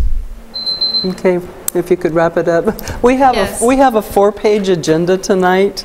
We have so much left to do. Okay, one thing So I'd like please. to say is that fiber optics are another option, and they're being used in Fairfield, Iowa, and Chattanooga, Tennessee. Okay. And so, thank you, and I Thank hope you that very you much. will take the responsibility for our health. Thank you. Appreciate that very much. Yes. Okay. No, if I could have your form, please.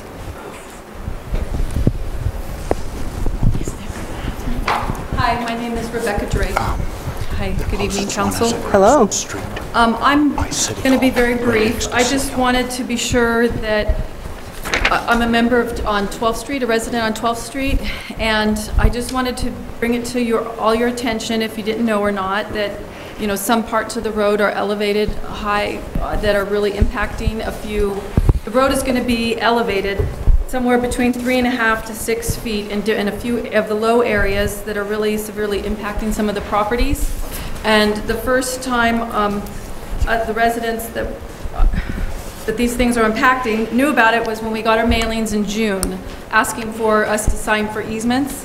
And mostly I just kind of wanted to bring it up because we have been working with the Public Works Department and stuff, but it's still, a stressful situation and unwelcoming, the way it's going to change the front of the property and the things we have to do to to deal with it.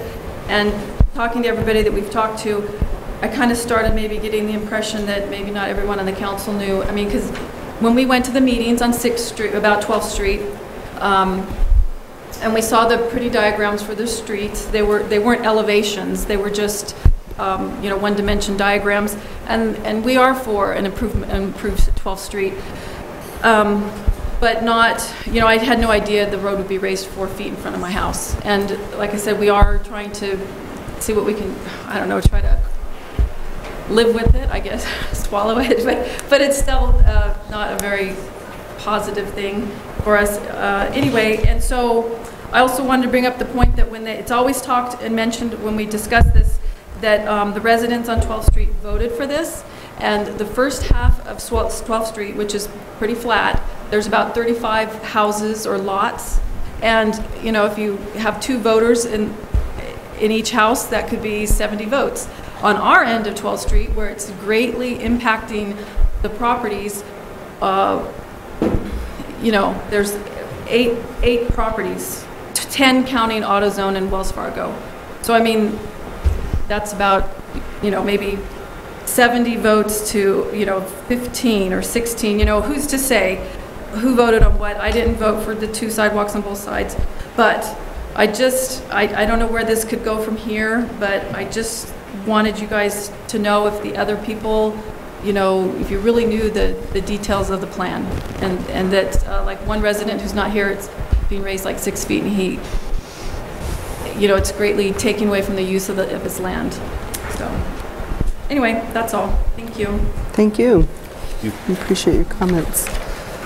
Okay, thank you very much. Okay, the next item is approval of minutes, and I would like to pull the September 10th minutes for the next meeting.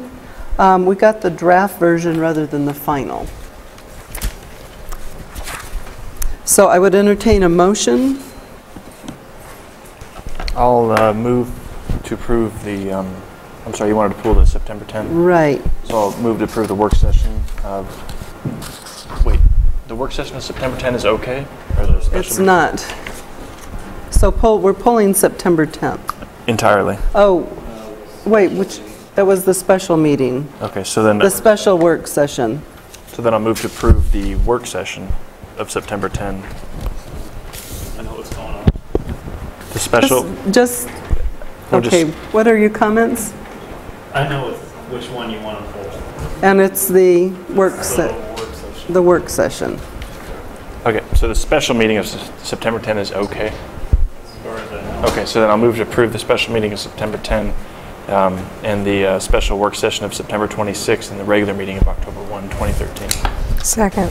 Okay, Mr. Elinsky made the motion, Vice Mayor seconded it. All in favor? Aye. Aye. Any opposed? Motion carries. Okay, comments regarding items listed on the agenda are limited to a 5-minute time period per speaker.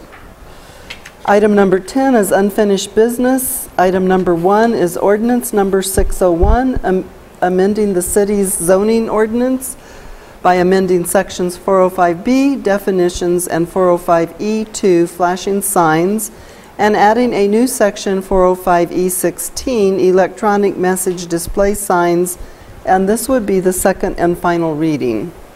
Yes, thank you, Madam Mayor, council members. This is the second reading. It's an amendment to the zoning ordinance.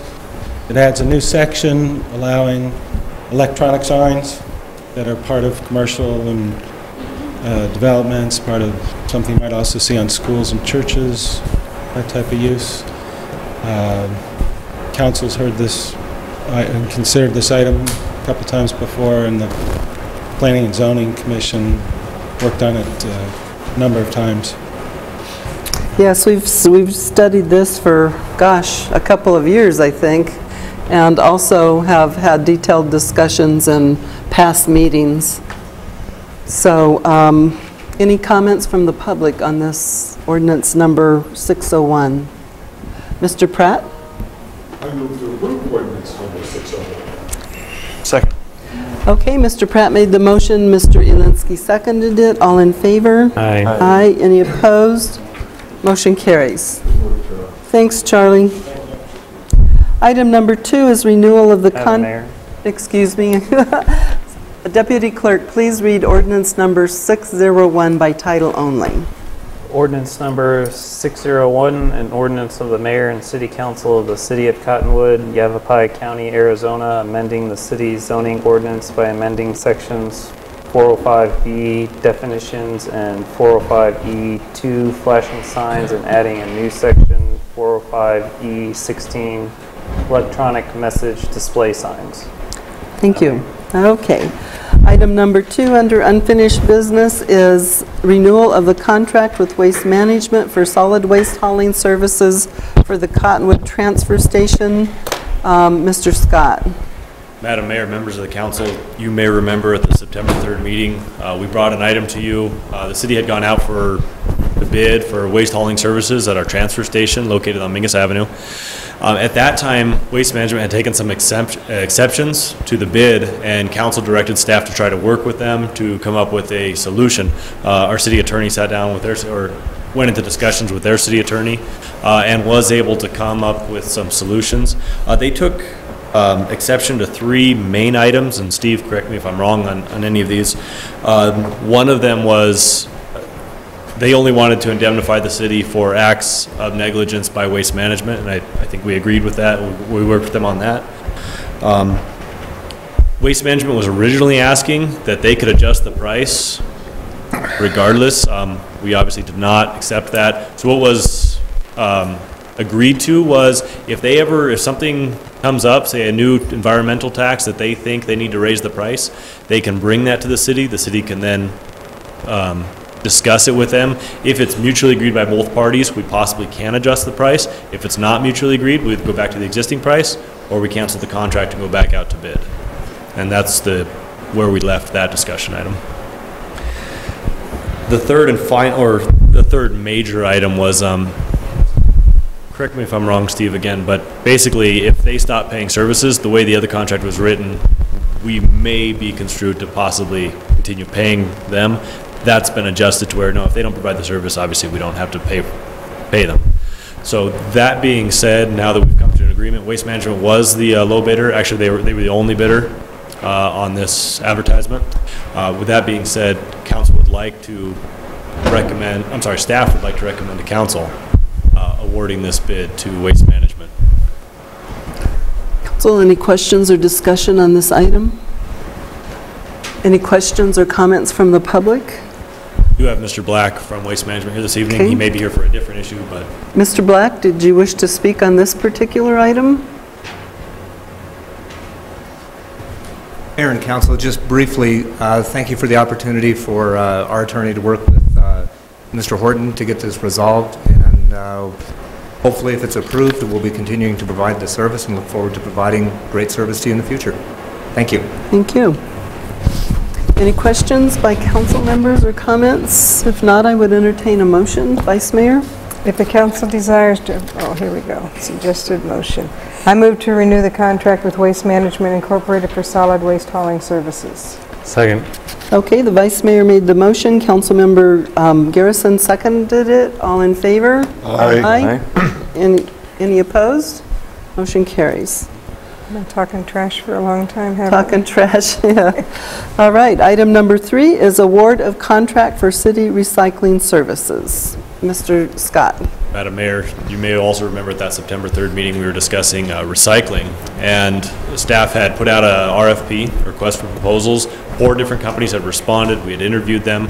We had come back recommending Waste Management. The council had some concerns about, were we limiting the time and the convenience for the public to be for the ability to recycle. So council asked us to go back out to everyone who had supplied a proposal, and give us a final and best offer with a few new conditions.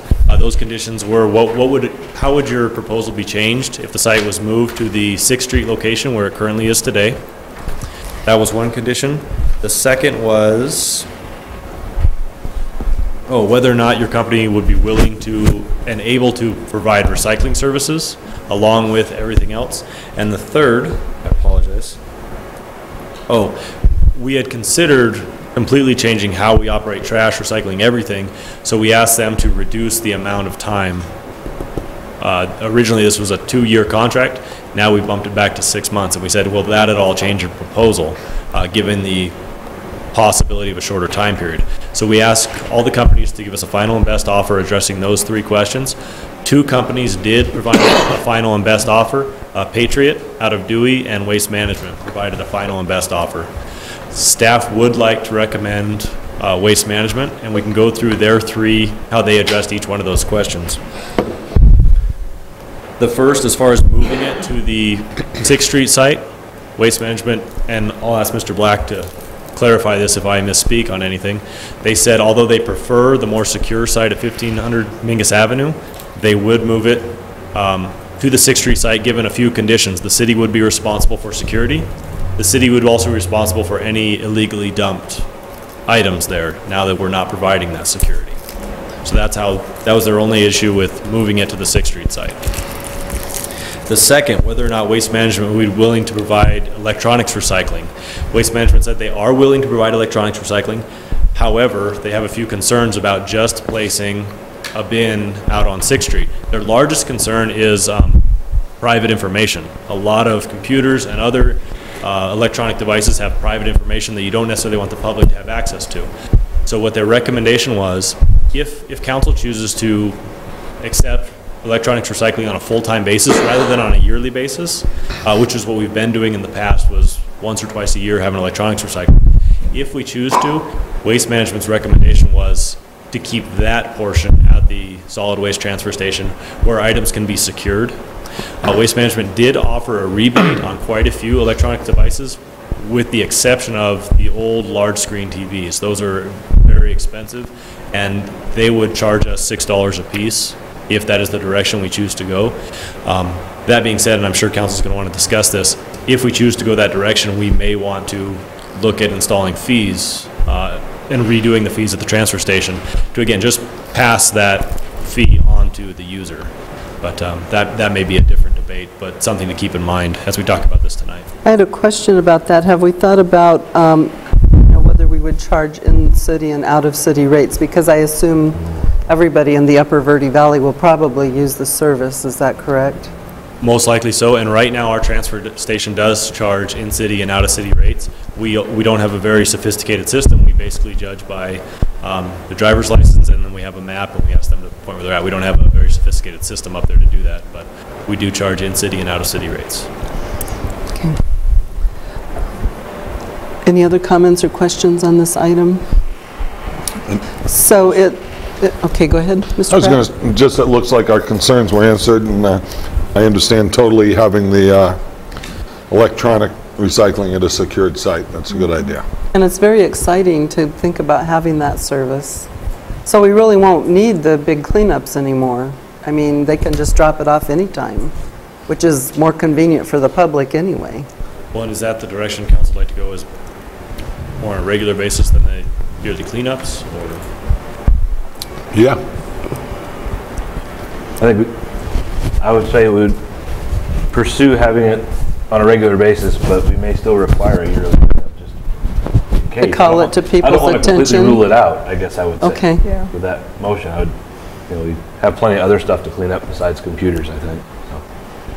Yeah, I wanted to clarify that we wouldn't do the annual electronics cleanup because we would have that available year-round, where we would probably still look at trying to do community neighborhood cleanups, Right. couches and that is mattresses a and. good point. In the past, there's been 2 yearly cleanups, one electronics, one Right. everything. Yeah, and we're kind of past due for we missed October, huh? For our annual kind of cleanup of neighborhoods, our neighborhood revitalization, we call it.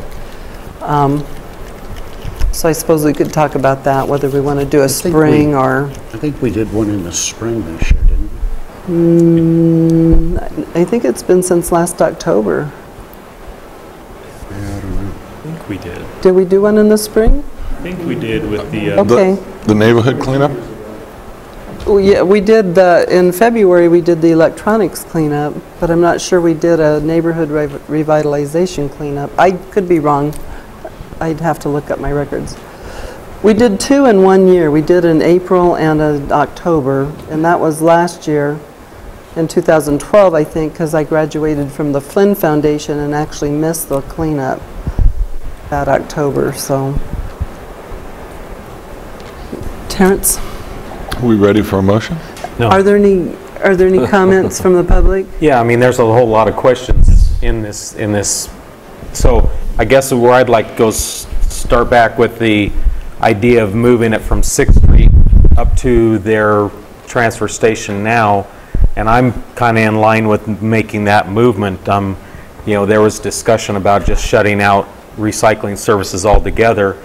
I think this is a better step. It still allows that to happen. The meeting we had the other night with all the people talking about the trash services, there was an uncomfortable amount of people that were not happy with using that site because of the way it was kept. I have a problem with trying to continue using that site with the perception that it's already going to be dirty and trashed as it is, plus the additional burden that's going to place on the staff to have to maintain that, where the company that is actually being paid to do that isn't able to do that job correctly. So I would be inclined to move everything up to the Mingus Avenue site and close the 6th Street off altogether, which would still allow us to have that recycling services available. One of the other things that came out of the meeting that night was that most of the trash collectors that were present were already making movement to make recycling part of their regular service anyway. So I think as time goes on, the need for this site may become less and less, and having it up there would be less of an impact to the rest of the community as well. Also, you were talking about the electronics. I like the idea of having the electronics up there, and I don't have a problem. If they said it was $6 a TV, I don't think that's a problem passing that cost straight on to the consumer. And I don't know that we need to have an in-town, out-of-town rate on that. I don't think we would. It's just just pay a for what it flat-out fee costs. and collect it, pass it on to them, and be done with it. Also, the other item they brought up was making this a 6-month contract because of the talks and discussions of going forward with having a trash collection service citywide. I can't see, as somebody brought up in that meeting, how that's going to be resolved in the next 6 months, and I don't really want to have this discussion in 6 months. If we can get around it, it's taken us a month and a half to get this far. So I'd rather see this pushed out to at least a year or 2 years, with the idea that once we come to terms with dealing with trash collection, if we do, that this would either become changed or we would relook at the contract at that point. But I don't know if we move it up there, we're really going to have a need to be discussing it again anytime soon. So that's what I guess I have to say on that. I would not be comfortable with going for 2 years, absolutely. I mean, shorter to me is better because you can always renew it, but you can't decide, oh, we're going to do this with our garbage issues, and we don't know if it's going to take a year or 2 years. We don't know that. But considering the way we've been going, I understand why you deducted that. Well, I'm just saying 6 months may be way too short, and a year would be But it more can be appropriate. renewed, right? Well, and actually, the way it's written right now, it's 6 months as a minimum, and then we go on a month-to-month basis after that. So we can go anywhere between 6 months, and then at 2 years, we would have to go back out, is the way it's written right now. We are just guaranteeing them a minimum of 6 months, is what we're And doing. Madam Mayor, I think I brought this up before, and Steve can correct me if I'm wrong, but there is a clause in the contract that allows us to discontinue. What did you call that? A cancellation of convenience? Was it 30 days? I can't remember. There was one of our contracts was 30 days tonight. Do we have that? It might have been another contract. You know, Oh, Mr. Pratt. yeah, my concern with moving all the recycling up to the transfer station again is I think we'd see less recycling. I think it would make it more of a burden on our citizens. I think 6th Street's a good site. Would have to keep it clean. And I don't think it would take much to lock it up at night. I mean, it would take city worker 5 minutes to go and put a lock on the gate. I just think and again, I talk to a lot of people, they prefer to be able to go to that site rather than to the transfer station because of the access to the transfer station. It's much more difficult. And I agree with you. I think the 6th site property is just, it's centrally located in the community. It's convenient. I think it will get used more as a convenience, but I do understand it's not as nice for our staff. Yeah. But I think the people want that. It is going to be an issue for us, because we're going to have to check that every day, and it's an added responsibility that we have a maintenance staff that's already stretched. The issue of closing it is even going to be tougher, because you know, we got away from closing the cemetery, closing the parks, because we didn't have somebody available with a vehicle to go around and do that. And so, you know, again, we can do it, but it's probably, you know, going to take somebody out of the recreation center or some other location to make that happen, you know, because I'm sure we wouldn't want to close it before, you know, 7, 8 o'clock at night to do it, so. Okay. Mr. Dowling? I think I mentioned it at the last meeting, but looking at this little map here on the Magic Internet pad, I see 7 drop-off locations for Sedona Recycles in the Verde Village, Cottonwood area. 3 in Cottonwood, or 3 or 4 in Cottonwood, 3 or 4 in Verde Village. I just feel like it's possibly redundant. I know we want to provide convenience, but if we've got 7 other places for people to drop stuff at, what is an 8th? You know, I just think that we have to balance out convenience versus the other half of it. If we've already got 7 locations for people to drop things at, I don't know if the addition of an 8th place, or actually we're going to add one at the regular trash center, if we were to go up on Mingus, that would have then 9 locations to drop off recycling. I don't know the difference between 7 and 9. 7 and 8 is worth a lot of the frustration we may run into by maintaining that 6th Street location. I thought that it was either or. Am I mistaken? What's that? It was either 6th Street or the compactor station. It's not both. Okay. That's what I thought. Whichever it ends up being. I think we wanted the option to have them go to 6th Street. Maybe I'm wrong if I misunderstood that. But I just think that who's to say that the minute we pull all the things out of there, Sedona Recycles isn't going to go put them back in? I mean, because they were there before. I'm just saying there's plenty of opportunities for people to recycle. I know we want to maintain convenience, but there's going to be a break point. I just am not sure that, having one person have to run around and maintain, it's, how much time does it take to lock a gate? 5 minutes, I know, but if the guy pulls up and there's a mattress on the ground, there's a TV laying there, is he supposed to just lock the gate and ignore it, or is he going to be the one that has to clean it up? I think there are some complications with just saying we want to keep it there. Because I honestly was very for keeping it there, because getting up there and having a locked facility is going to be difficult. But when I look at the map and I see 7 other locations to drop off recycling, I have a hard time justifying creating an 8th in the same space we've already got it, that is already reporting having problems with cleanup and maintenance. It gets so nasty sometimes. It's very true that it might take more staff time than we think it will. I was there Sunday, and every cardboard box was just about empty, and almost every plastic bin was half full of cardboard. So I'm standing there throwing my plastic in, going, why is there so much cardboard in here? It's human nature. So in a way, you can say that the users aren't being responsible in its use. Not from the moment that I saw it yesterday.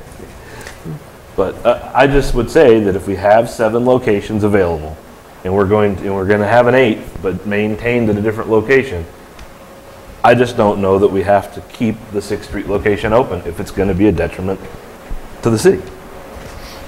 And maybe that's not popular, but I just don't.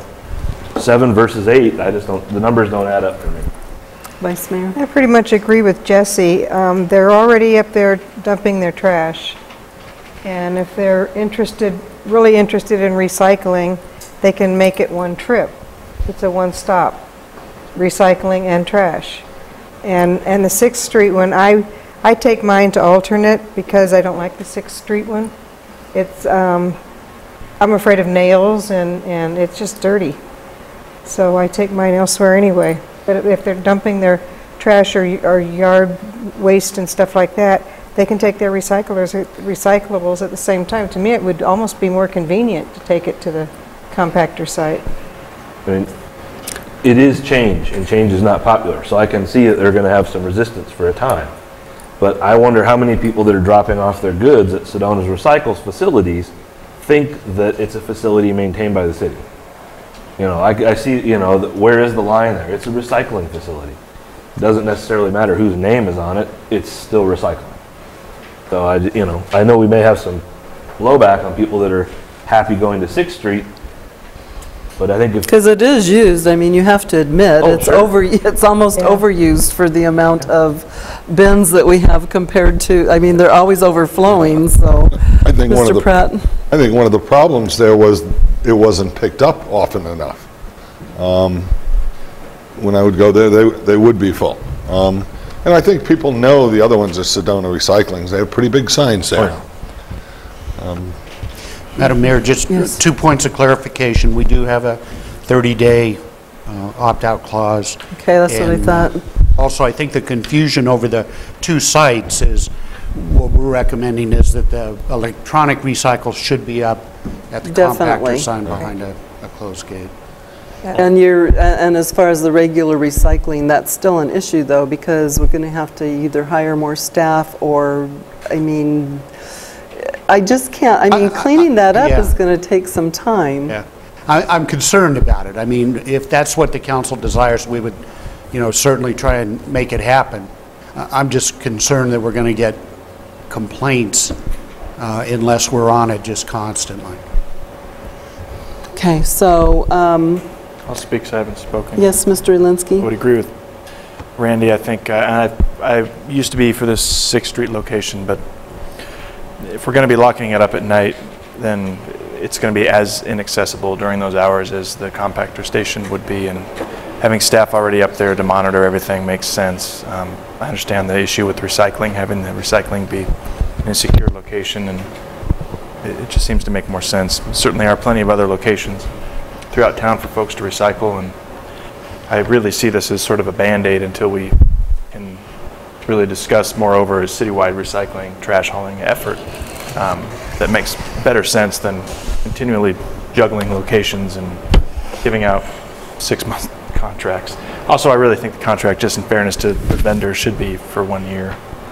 But I understand we have the option to extend it to a year or up to 2 years, so that's fine. But I certainly would like to not have to revisit this in 6 months. Okay, so Mr. Hattegi, did you have any comments? No, I think it's pretty much been covered. Okay. The only last thing I think I want to add is just going back to, I think if we leave it at 6th Street, we're just going to be trading off the cost of the contract for the cost of additional labor to have to go up there and maintain it. And I think 20 grand will look cheap when it's all said and done.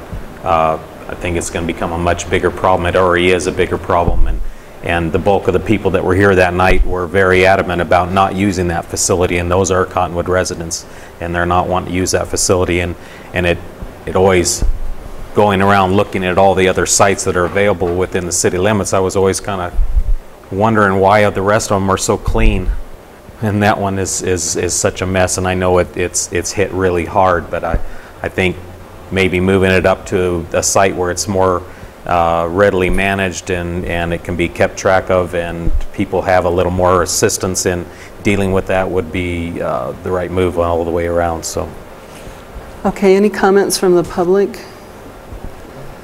Mr. Garrison? Yes? Oh, just an observation about, we inquired about the Waste Management's willingness to do this for 6 months. Now there's a corollary to a shorter term, and that's less price certainty. If the council wants to authorize a contract for a longer period, it locks in the price. If we contract for 6 months and then go month to month, then we don't have the price certainty. Of course, we have, the negotiating leverage still. We still get to say no, but it's just something council should be mindful of when it decides ultimately on what term it wants. But we didn't ask them if they wanted to go longer than 6 months either. I mean, isn't that kind of what they agreed to, or? We initially bid this out as a 2-year arrangement. After intervening discussions, we inquired if they would be willing to do this service for just 6 months and then go on a month-to-month. So I think it's up to council now how long you would want to authorize this contract for. The issue is that we're just sort of in flux right now with talking about, are we going to do curbside, or, so I just would hate to make us, we just don't know what we want to do yet, which, if you want curbside, then you've got a 2-year contract. But you have the 30-day out. Oh, sorry. Okay, so then there's no issue with that if there's a 30-day out, 2 years. So they're willing to go with that price for 2 years? Well, I think we can have that conversation if the council gives us direction to negotiate, to propose a 1-year agreement or a 2-year agreement, and then we can work with them on this authority. We won't have to come back to council, but we can finalize agreement with the council's specific direction. Madam Mayor. Yes, Mr. Scott. And it may be important to remember that actually Waste Management is proposing doing this for free, with the exception of glass. So Steve, clarification, are you suggesting they could actually increase the fee or start charging a fee after that 6 months? Well, I thought that glass was going to be $6,000 a year. There was a charge and a rebate. It's $536 a container, which based on the amount of glass which you estimated at $6,000. I estimated at $6,000 a year. And that's another question, as Mr. Garrison pointed out, we've got a series of questions we need to answer for the end of the night, and that's just another thing we may want to consider later. But I was jumping on Steve's point there about, yes, at 6 months, what's going to happen to our prices? Right now, they're proposing it's free, with the exception of glass. Mr. Delling. How can you argue it's free? Yeah. I mean, it could be 6 months, it could be 2 years. It's the same cost. So, come on. Right. So, Mr. Garrison, I'll make a motion. Yeah, I'd move that we award the contract to Waste Management to move the facility to their Mingus Avenue. I apologize for interrupting, but there are a couple questions we need direction on. I apologize. Our agenda is 4 pages tonight, so I'm just trying to make sure we don't sit here till midnight. No, and I appreciate But we do want to do this correctly. Glass, is that something the council wants? Yes, absolutely, positively, yes. And electronics, is that something? Yes. Yes. And Steve, correct me if I'm wrong, if we're going to charge a fee, does staff need to bring that back to council to instill that fee? Yes. Okay, we will bring that back to council. Thank you, I apologize for interrupting. No problem. I apologize for being rude, so. No problem. I move to award the contract to Waste Management to move the facility for recycling to their Mingus Avenue site. And what else was there that we were going to cover in that? For a term of not less than a year, up to 2 years. Anything else? That's your motion. Yeah, go ahead. So we have a 30-day opt-out, so I don't see an issue with that. I'd second it if no one else is. Okay, Mr. Garrison made the motion, the mayor seconded it. All in favor? Aye. Opposed? Opposed. Okay, Mr. Pratt is opposed. Please And just a point of clarification, I don't know if Mr. Garrison knows this, but it's actually our site now up on Mingus, and we actually operate that. It's actually what? It's not their It's always site, been our it's site, ours. but we actually operate the the site transfer now, site. instead of Waste Management. Okay. I did not know that. Thank you. So did our motion, was that, I didn't catch that the motion was. The motion said their site. Their site. So then Okay, so we need to amend that, I think. Amend the Yeah, the Steve is- motion to the city's transfer site on Mingus Avenue. And I'll second it. So Mr. Garrison Sorry about that. amended the motion and the mayor seconded it. All in favor? Aye. Aye. Any opposed? Opposed. Mr. Pratt opposes. He's calling it Waste Management Station. No, okay, then On the amendment? I'm for the amendment, yes. Okay. But not for the original motion? No. So- Okay, got it. What? Okay, so, thank you very much.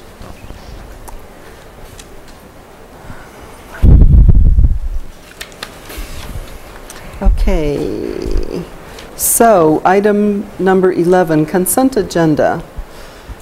And just so the public knows, we put a lot of items on the consent tonight, but anybody has a chance to pull one off if they want it discussed. And we did this because of the long length of our agenda. So consent agenda, the following items are considered to be routine and non-controversial by the council and will be approved by one motion. There will be no separate discussion of these items unless a council member or a citizen so requests, in which case the item will be removed from the consent agenda and considered in its normal sequence on the agenda. Item number 1 is acceptance of a quitclaim deed from Verde Plaza Associates for approximately 338 feet of right-of-way on the 7th Street north of Aspen Street. Item number 2 is approval of contract number 130501-01 with the State of Arizona Department of Homeland Security for funding for the purchase and installation of audio-visual equipment for the new Emergency Operations Center. Item number 3 is approving contract number 2014PT-024 with the Governor's Office of Highway Safety for overtime expenses incurred by the Cottonwood Police Department during selective traffic enforcement patrol details. Item number 4 is approval of contract number 2014PT-061 with the Governor's Office of Highway Safety for funding in the amount of $4,682 to purchase a mobile radar vehicle counter for the Cottonwood Police Department. Item number 5 is approving contract number 2014-AL041 with the Governor's Office of Highway Safety for grant funds to purchase 5 portable breath testers and mouthpieces for the Cottonwood Police Department. Item number 6 is approving contract number 2014-AL018 with the Governor's Office of Highway Safety for overtime expenses incurred by the Cottonwood Police Department during DUI patrols. And item number 7 is resolution number 2717, approving a certified local government participant agreement with the Arizona State Parks Board. City Council members, are there any items you want to poll for discussion? Members of the public, are there any items that you would like to pull for discussion? If not, Mr. Dowling? I'd like to move that we approve the consent agenda. Second. Okay, Mr. Dowling made the motion, Mr. Elinsky seconded it. All in Madam Mayor, I'm sorry to interrupt. Okay. We've just noticed there's a misnumbering of the resolution numbers. The resolution in number 7 will actually be resolution 2718. We will correct that. but just so the record's clear that the certified local government participant agreement will be adopted by resolution number 2718. Okay. And I didn't compare those numbers when I was reading. That's what the actual document says? It's what it will say when it's signed. Okay. So both the agenda and the document will be corrected. Okay, so all in favor? Aye. Any opposed? Motion carries. Did you get the people that made the motions? You don't need to repeat that. Okay. New business, item number 12. The following items are for council discussion, consideration, and possible, whoa, forgot to do the resolution. Deputy Clerk. I have it handy. It wasn't included in the packet either. It wasn't? No, and I don't have the title. So I don't think we can. Well, you can read it off the agenda. Read that? Yeah. Okay. Resolution number 2718, approving a certified local government participant agreement with the Arizona State Parks Board. Madam Mayor. Thank you. Okay, new business, resolution number 2718, appointing a member to the Historic Preservation Commission to fill the remainder of a term which expires November 3rd, 2014, and I would make a request to pull this item as two members, or two people who applied have withdrawn. Mr. Garrison? Also, you're going to have to change, we just approved 2718. So yes, sir. Thank you. So that'll be 2719 when the time comes. So that will be corrected next time. And any other comments about that? No, ma'am. Okay. So we'll just table that one. Item number 2 is resolution number 2720.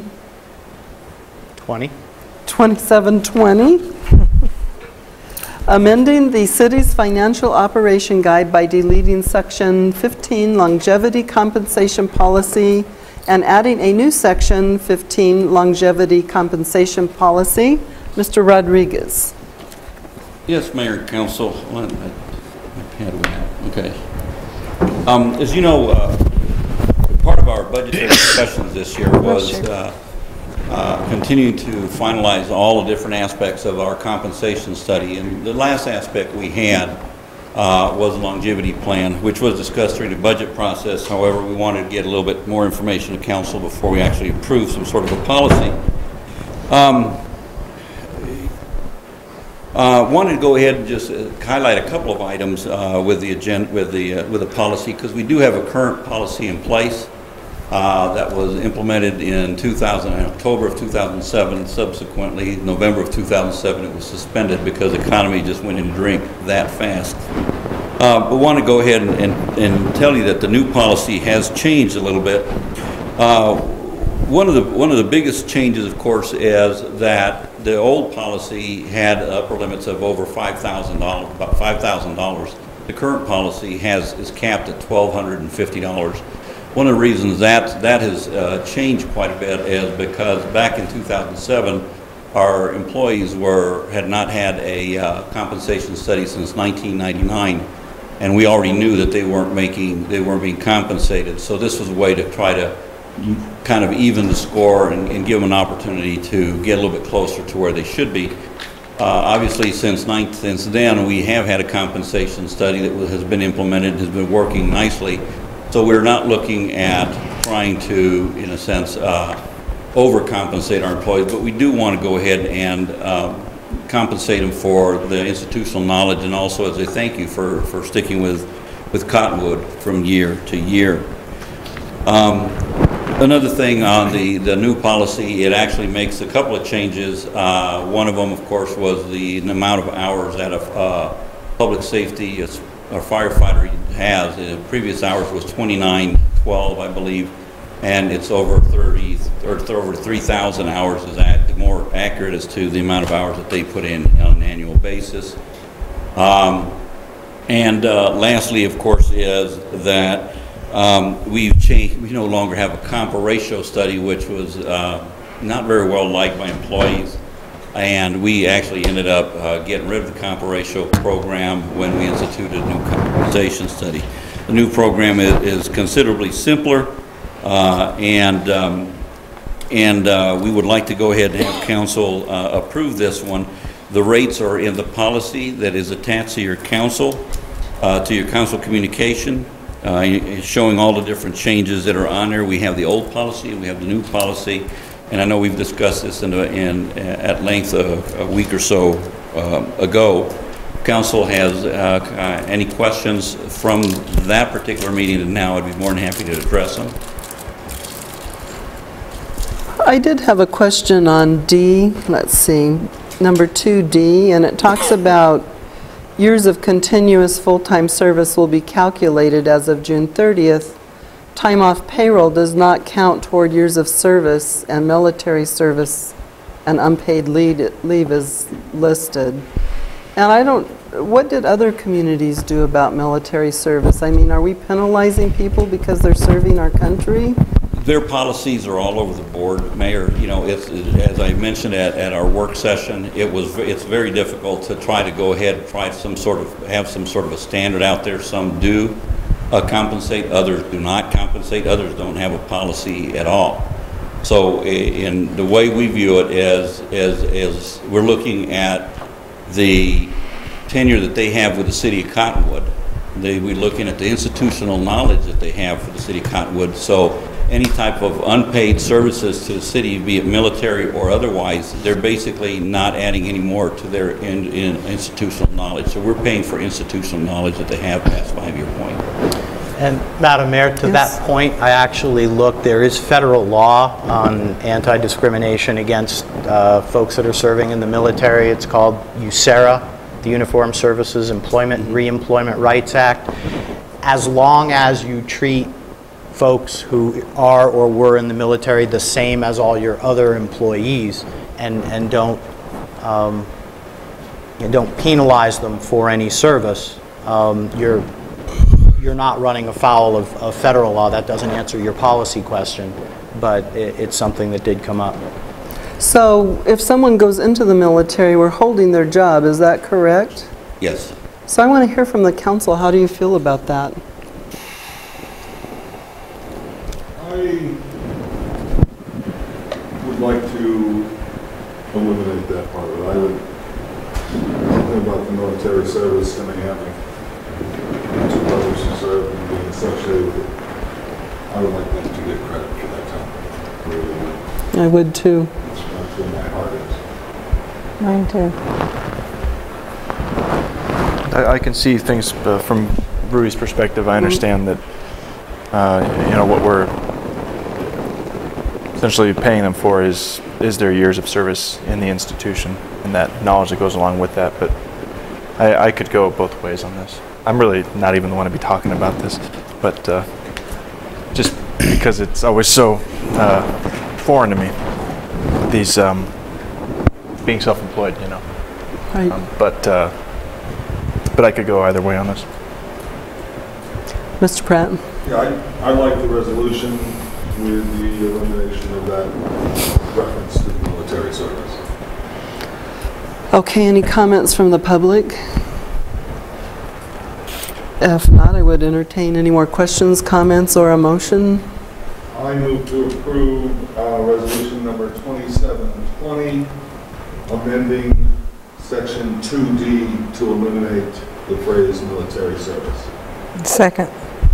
Okay, Mr. Pratt made the motion, the Vice Mayor seconded it. All in favor? Aye. Aye, opposed?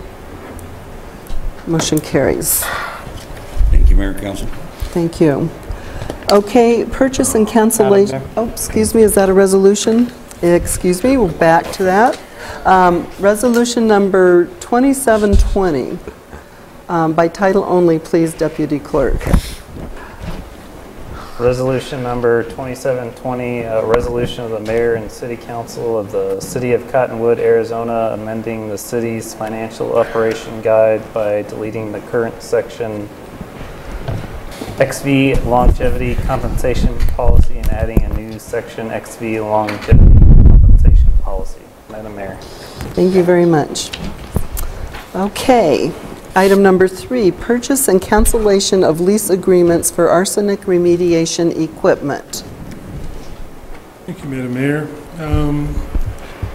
As council's aware, when we awarded the original contract for arsenic remediation equipment, a decision was made to lease that equipment because the technology at that time was still developing. And some of the medias that we received through our lease have changed. The leases were for 5 years, and when the first lease came up, which is on Well 82,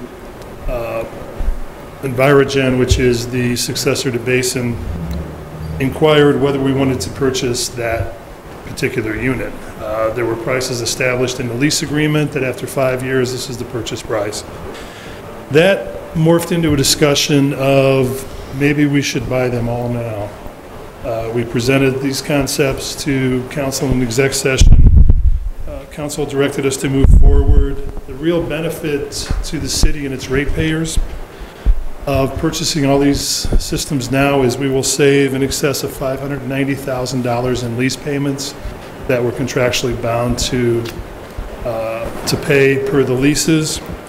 It also allows us to break ties with a company that has been difficult to deal with, has gone through many changes. So when we originally started discussing with them, we started talking about the 14 ion exchange systems. And the buyout on those was approximately $1.93 million. We also have 3 CF systems that have been problematic. The problems with them don't have to do with the mechanical features of it. It has to do with the media that's in there and the backwash system. And basically, when Envirogen came back with their price of $2 million, they also threw these 3 coagulation filtration systems in, which had a end of lease market value in the contract of about $770,000. So I have to credit the city attorney. He's got a lot more patience than I do dealing with this type of situation. We've gone back and forth. Originally hoped to bring this to council at the second meeting in September. They were a bit slow on getting us some of the information. So the deal as it sits right now would be that we would pay them $2 million for all 17 arsenic remediation units. We would take full ownership of them. We would have access to the intellectual property that controls them. And because they dragged their heels, the city attorney, the city manager, and I discussed that we would throw an additional proviso in that we would pay no lease payments after September 30th. So basically, if council approves this tonight,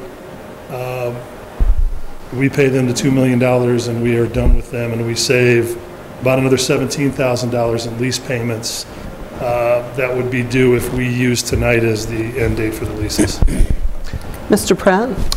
Yeah, I see that the funding comes from the water system reserve funds, and we have enough money in there for that, and then we would replace that money, no?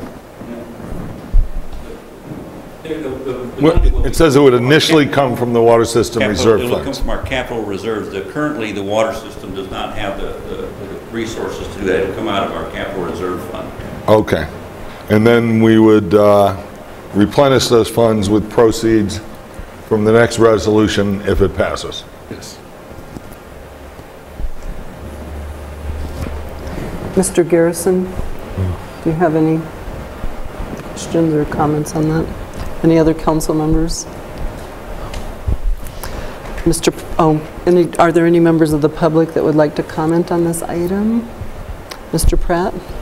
I move to authorize the city's purchase of the arsenic removal equipment that the city is currently leasing from Envirogen Technologies for a total purchase price of $2 million, subject to the negotiation of a final form of purchase and lease termination agreement that is satisfactory to the city manager, city attorney, administrative services general manager, and development services general manager.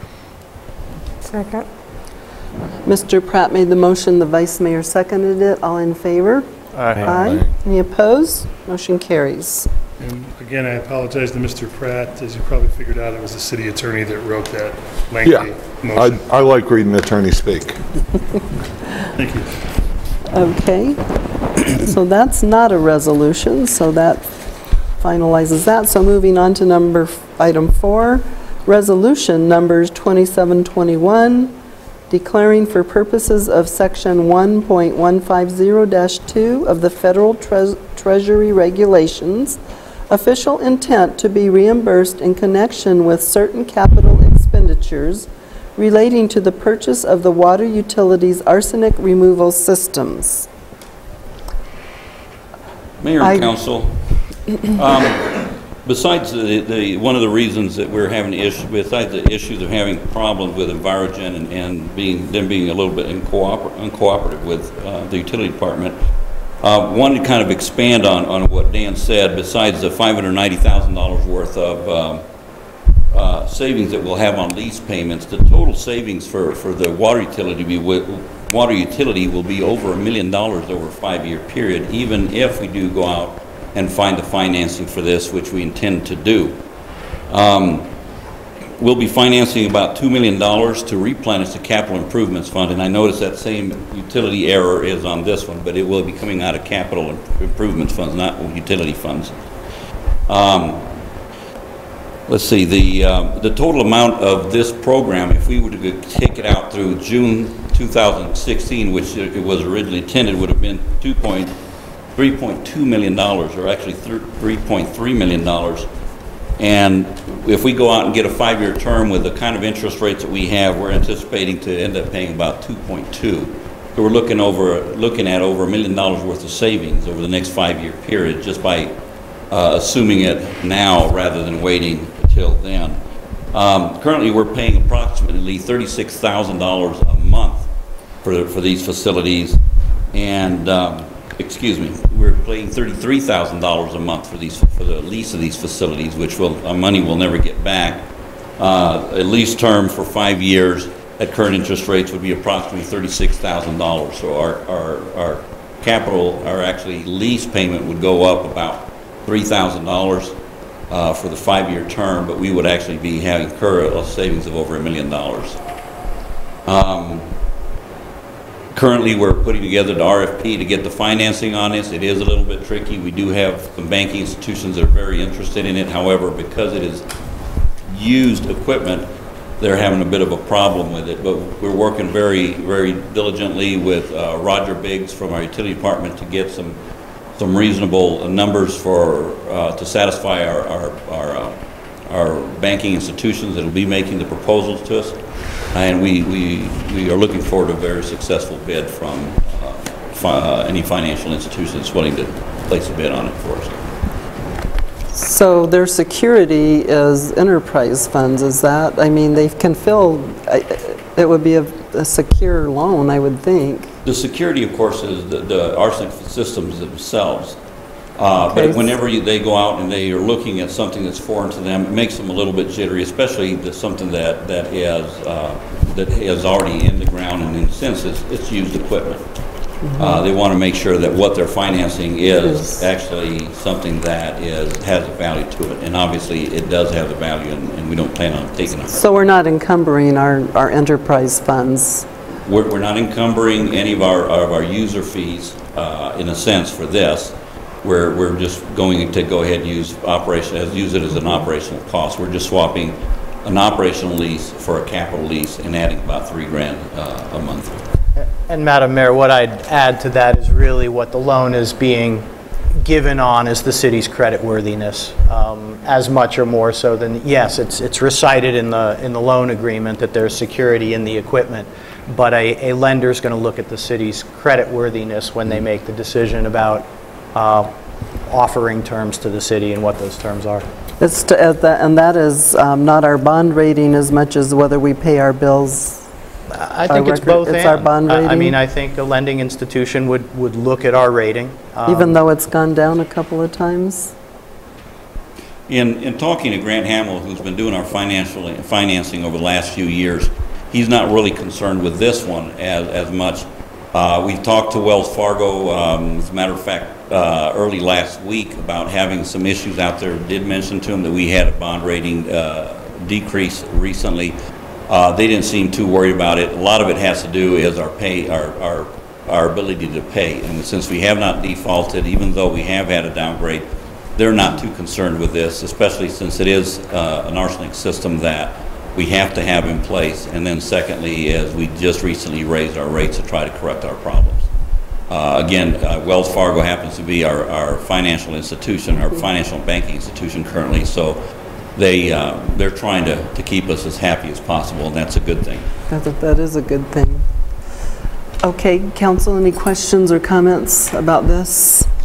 And members of the audience or the public, any questions or comments? Okay, I would entertain a motion on this item. I'll move to approve resolution number 2721. I'll second it. Mr. Elinsky made the motion, the mayor seconded it. All in favor? Aye. Aye. Any opposed? Motion carries. Deputy Clerk, please read resolution number 2721 by title only. Resolution number 2721, a resolution of the mayor and city council of the city of Cottonwood, Arizona, declaring for purposes of section 1.150-2 of the Federal Treasury Regulations official intent to be reimbursed in connection with certain capital expenditures relating to the purchase of the water utilities arsenic systems. Madam Mayor. Okay, thank you. Thank you, Mayor, Council. Item number 13 is claims and adjustments. Move we pay the claims. Second. Okay, the vice mayor made the motion. Councilmember Dowling seconded it. All in favor? Aye. Any opposed? Motion carries. I move we adjourn. Second. The mayor made the motion. The vice mayor seconded it. All in favor? Aye. We're adjourned.